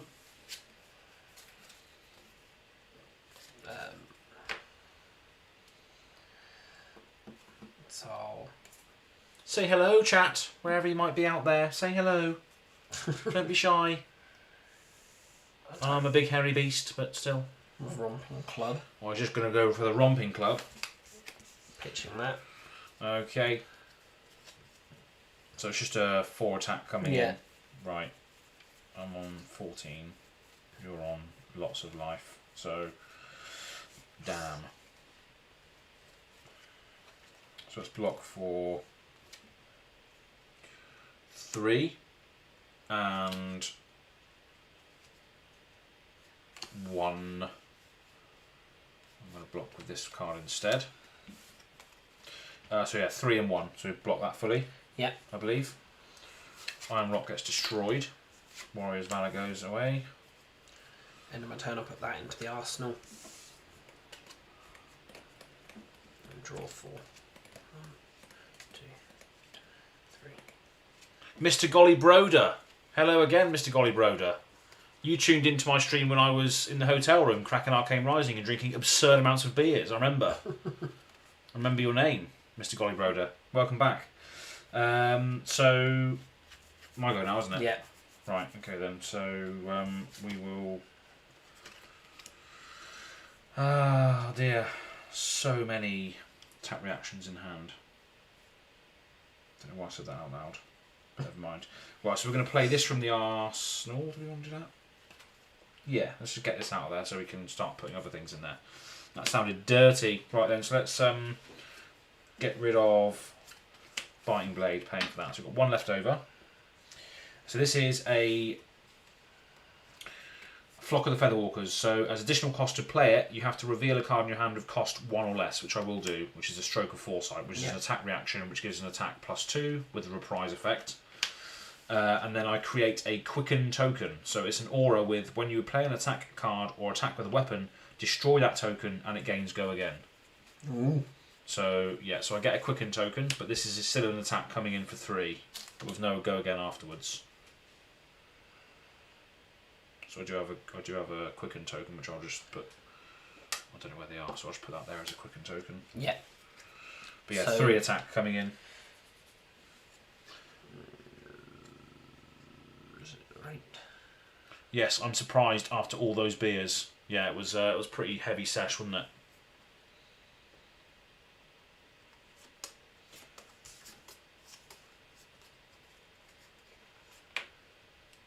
Basically, when I went down to Kingdom Gaming to do the next episode of the LGS thing, I obviously booked a hotel room and bought a box from their store to open it on stream, and I was just drinking those beers on the stream at the same time.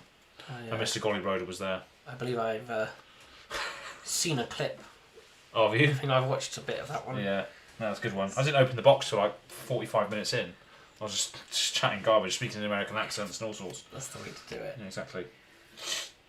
So that doesn't have Go Again. No, this is just a 3 attack. But you had something in hand that gives it +2. I've got attack reactions in hand, yeah. So this is the card I revealed.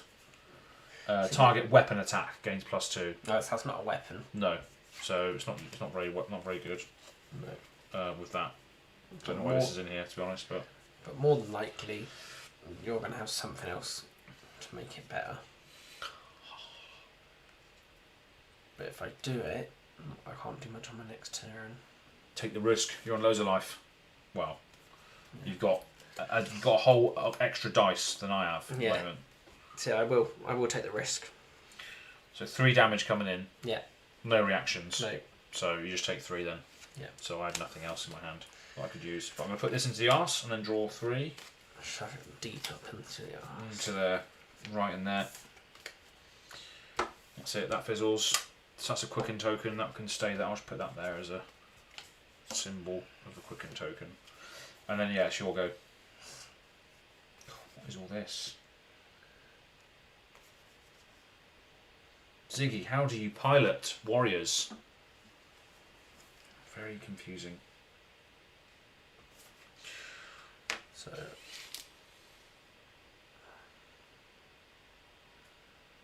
I'll play. Oh no! Yeah, Primeval Bellow. Oh great.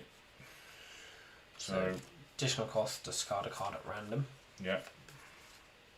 Middle one. Discarded. It is a Wrecker Romp.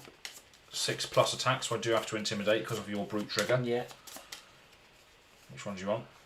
This one. That's banished. End of turn. Next brute attack gains +4. Jeez. Okay.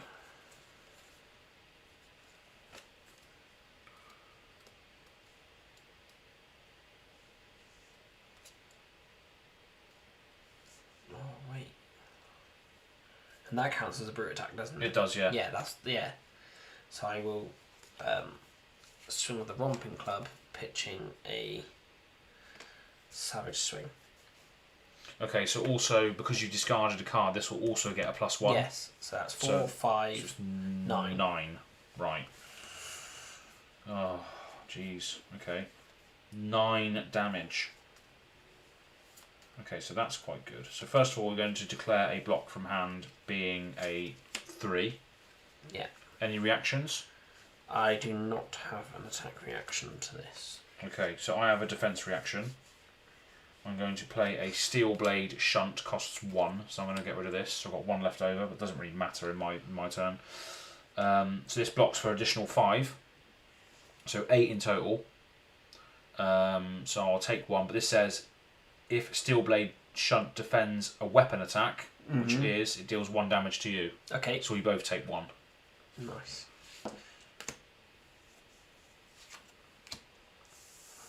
God, this is a proper sort of blow on blow, only little bits of damage going through. Very interesting. Warrior and brute matchup. This goes back to hand because it was intimidated, which is pretty useless, really. And then yeah, obviously your turn. 1 card in hand, so I still can swing with a weapon. Weaponized.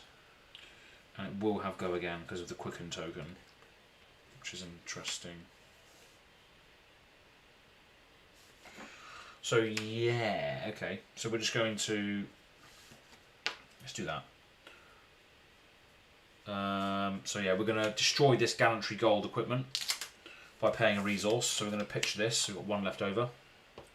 It says destroy your weapon attacks this turn will gain +1. So my weapon attacks this turn gain +1. So let's put that there to signify that. All of my weapon attacks. Then I'm going to use the 1 left over here to then swing with the Dawn Blade, which will then pop this token to give this Go Again. So this is a 4 attack with Go Again. 4 attack with Go Again, but you've run out of what are they called? Resources. Shit, yeah I have. Damn, never mind. Yeah, so just a 4 attack would go again. I wasted that there. Never mind. I'll take 4. Okay, nice. Big swingy back turn then. So that was a useless. Well, it was dead anyway, to be honest. Right, and then I draw 4, and then it's your go. So you should have a big crack back now. Oh dear. Oh dear. You hope they block, Andrew says. What was that in reference to? I missed that. Oh shit.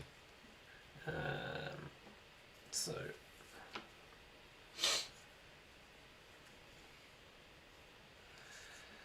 I will play Barraging Beatdown, no cost. Yep, so intimidates me straight away. So the next brute attack this turn gains, while this attack is defended by less than 2 non-equipment cards, it has +4. You do still have 2 equipment. In my hand, yeah. So I intimidate first of all because of the trigger on that. And then, yeah, your next brute attack will gain +4 unless I defend with 2 cards from hand, basically. Or whatever, defense reactions.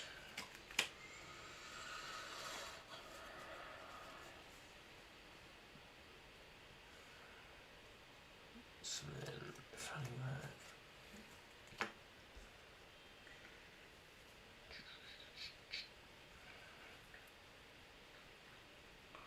so these have all been blitz games tonight, but because of the nature of the decks we're using, because they're fairly budget, they don't have the high power cards to close out the games quicker than usual, which is why we're seeing an average of about 45 minutes a game here, when it's blitz is supposed to be the quicker format.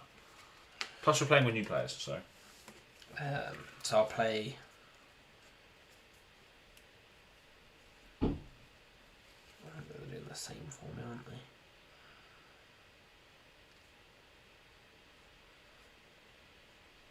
Wrecker Romp. Oh, God. Pitching Barraging Beatdown. Yeah. Discarding a card at random. Discard a card at random. 6 attack. Swing. So you intimidate me again. Yeah. Banished, end of turn.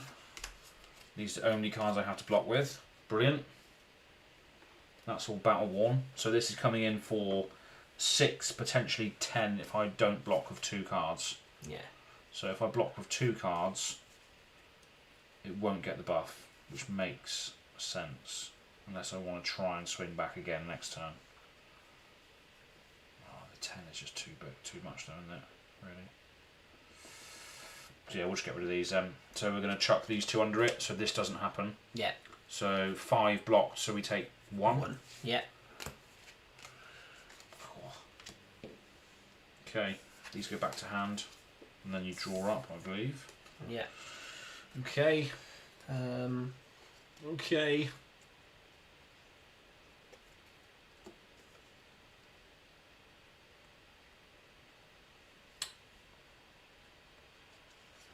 One, 2, 3, 4. Right, my go. Yes. So I'm going to just crack this Hope Merchant's Hood. Doesn't cost me an action point because it's instant. It says destroy it and then shuffle a number of cards from your hand into your deck and then draw that many cards. So I'm just going to shuffle 2 in and hope that I get something better than that or something different to that. We will see. So draw 2. Brilliant. Okay. What's this do? Okay then, so we will play a Dawnblade, pitching a Sharpened Steel, 1 left over. So this is a 3 attack.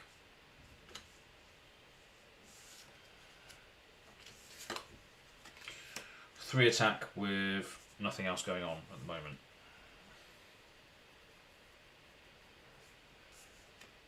Right. That is...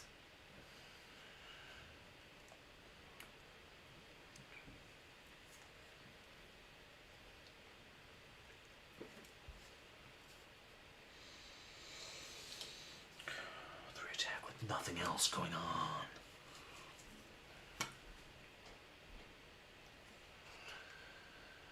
I'll block with that. So it's a 3 block. Okay. I'm going to have an attack reaction. Yeah. I'm going to play this from the arsenal because you can play reactions from the arsenal. Yeah. Overpower, which costs 3, so 1. Yellow, 1/2. Yeah. So 3. Target weapon attack gains +3, and if the defending hero is defended with a card from their hand, it gets an additional +2. So actually +5. Ooh, so that's 8. That's 8. And I'm blocking 3 of it, so I take 5. You do, yeah. And then it shall go. It says I can attack an additional time this turn, but I have no resources to pay to use it, unfortunately. Oh, swing there. Swinging damage there. So I'm going to attack with Demolition Crew. So I'll pitch that to pay the cost. Mm-hmm. And then it says additional cost to play it. Yeah. Reveal a card with cost 2 or greater. Mm-hmm. So Smash Instinct costs 3. Okay, yeah. So it has Dominate. So only block of 1 card from hand. Okay, so I will choose to block with... Oh. You want to do that first? That's yeah, fine, you can do that. Yeah. So it's actually an 8 power. 8 Dominator. Yeah. Okay. Yeah, I'm going to choose to block with 1 card from hand, which will be a 3. So 5 will go over the top, unless there's any reactions. So yeah, I've got an attack reaction. Shit. So I pitch that for Pummel. Oh, yeah. Target attack action card. Yeah. With cost 2 or greater. Yeah. Which costs 2, so that's right. Gets +3. Yeah. And if this hits a hero, they discard a card. Yeah. Okay, so that's 9 coming in now with Dominate. So 6 damage goes through, and I discard a card. Plus the 2 from that. Oh, Jesus. 8 goes through. So sorry, so 6, 8... 11. 11 Dominate if it hits discard a card. Wow, Yeah. okay. So I soak up 3, so I take 8 damage. Yeah. And discard a card. Yeah. Is it random or just discard a card? Just discard a card. Right. Discard this then. And then I take 8, so I'm on 4. Wowee. Proper swingy turns going on here. Okay. Proper fight to the death, these two. Draw back up to 4. You've still got an Iron Rot Helm left as well. Throw your head at it! Okay, right, so I've got 2 cards in hand, 4 life. So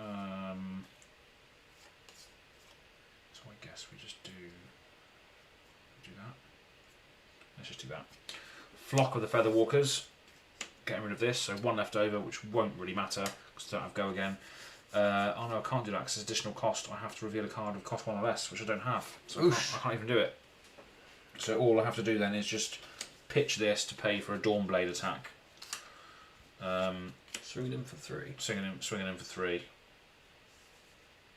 And if you hit me, you can swing again. I don't have Go Again, so I can't, but I do have these, which says if a weapon you control hits, you can destroy these and it gains Go Again. So I can do that, yeah. If I destroy the bolters. So right, just need to really throw 3 in front of this. Ideally, yeah.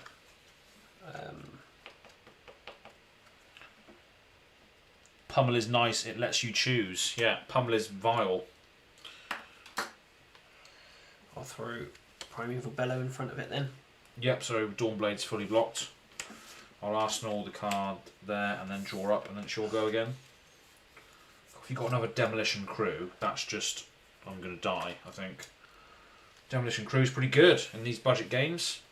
Dominate on a card.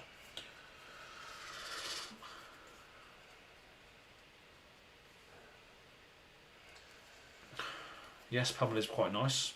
Pretty good in Brute still as well, rather than just Bravo. So I think...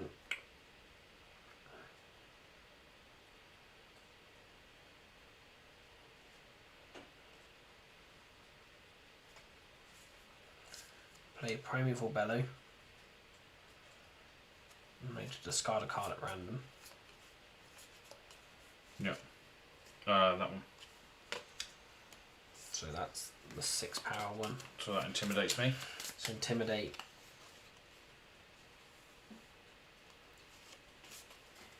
Banished end of turn. And that gets +1. Does. I'll play that. Yep. By pitching that. Yep. So this is what, 9? No. 4, Yeah, 9. 5, 10. That gets +5.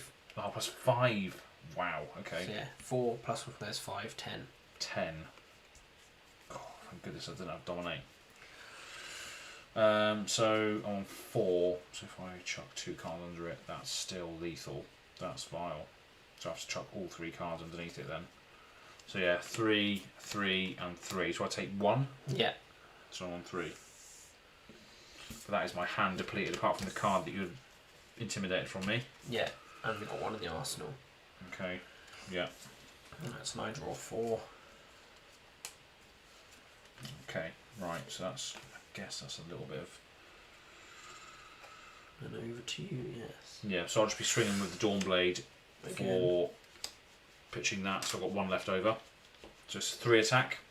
So to block it again. With a potential go again on the refraction bolters down here on the legs. So I'll block with a Wrecker Romp. Do I want to do that? Yeah. Right, I have an attack reaction. Ah, shit. So I will play this from my arsenal. Iron Song response, costs nothing. If a defending hero is defending with a card from hand, which you have, it gains +2, so it'll actually be a 5. So do you have any defense reactions that you can put as a reaction to that?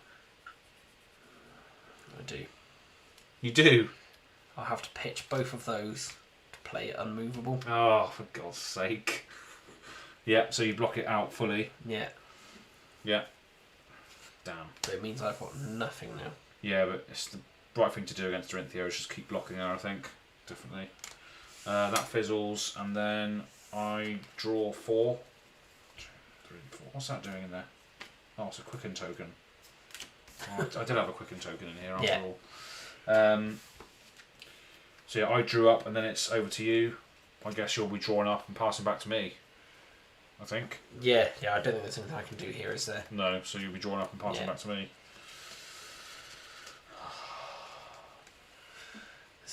This is tense. It's a bit tense now, isn't it?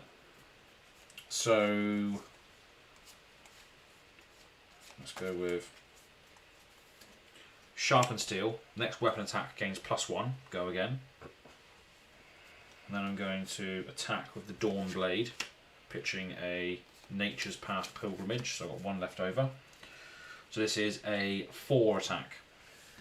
4 that ideally needs blocking. Ideally needs blocking, and remember that Warrior has a lot of attack reactions, which could potentially buff it. So sometimes when you're blocking against Warrior, you need to over block. Yeah.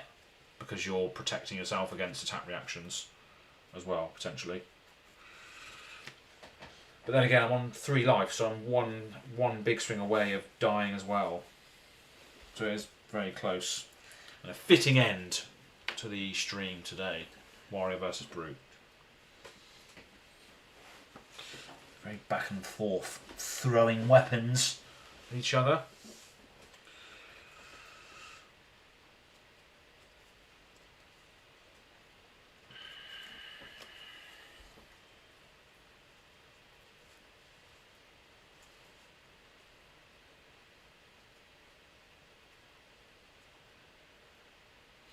I think I can block with that.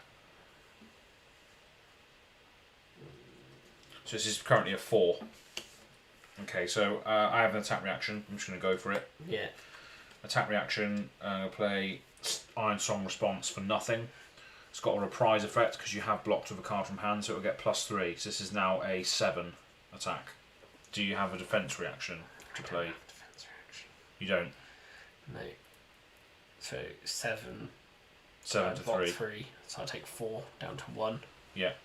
You got to go again. I'm going to then sack that to give my next. Whenever weapon you control hits, you may sack it to give the attack go again. Yeah.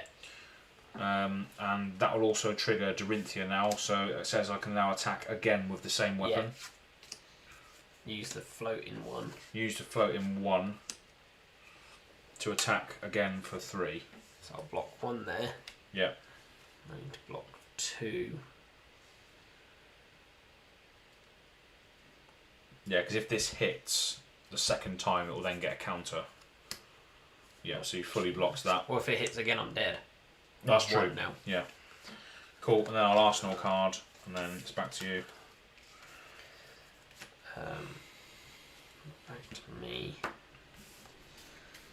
All I can really do is play Wounded Bull. It gets +1 because I've got less life than you. Yeah. So that's 7, pitching Primeval Bellow. 7. Right. So still quite a lot of damage at this point. I guess what I could have done is play that, pitch that, attack for that. Would that be more damage though? 7, it's only the same, isn't it? I think Same. they're both 7, so it doesn't really matter. Yeah. Right, so I'm going to block with 1 card from hand.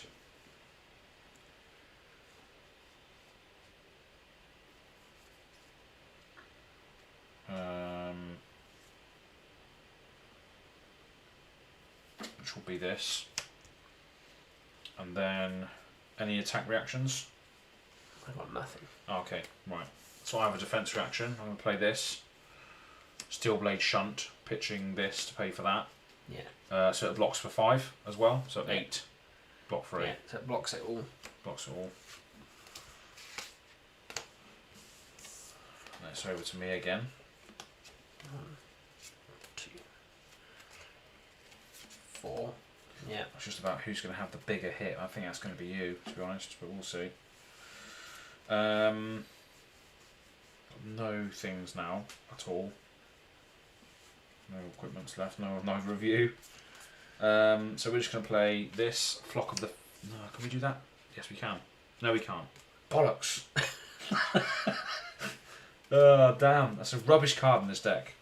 They are budget, so never mind. We're going to attack with the Dawnblade again, pitching a Flock. So it's just a 3 attack.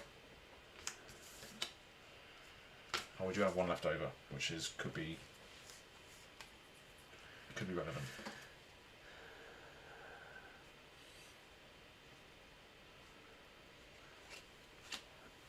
Block with Smash Instinct.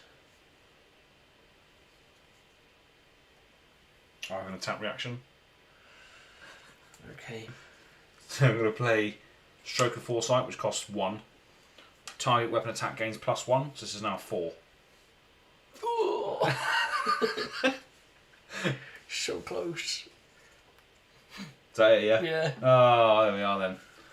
God. Bloody hell.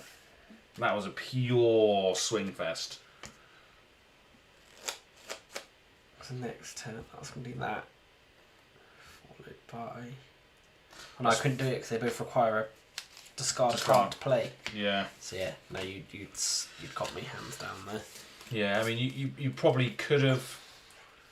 You probably could have blocked with 2 cards from hand. Yeah. To prevent you from dying there. Yeah. But I guess you wanted to just take the risk and go for a big turn yourself. I guess on the last one there. Yeah, I think... Yeah. I definitely didn't play optimally, that's for sure. I think there's other things. That was good though. Good stuff. That was good. Yeah, you played with quite a smattering of heroes as well. Obviously, Bravo was a good shout from DM Armada to start that whole process.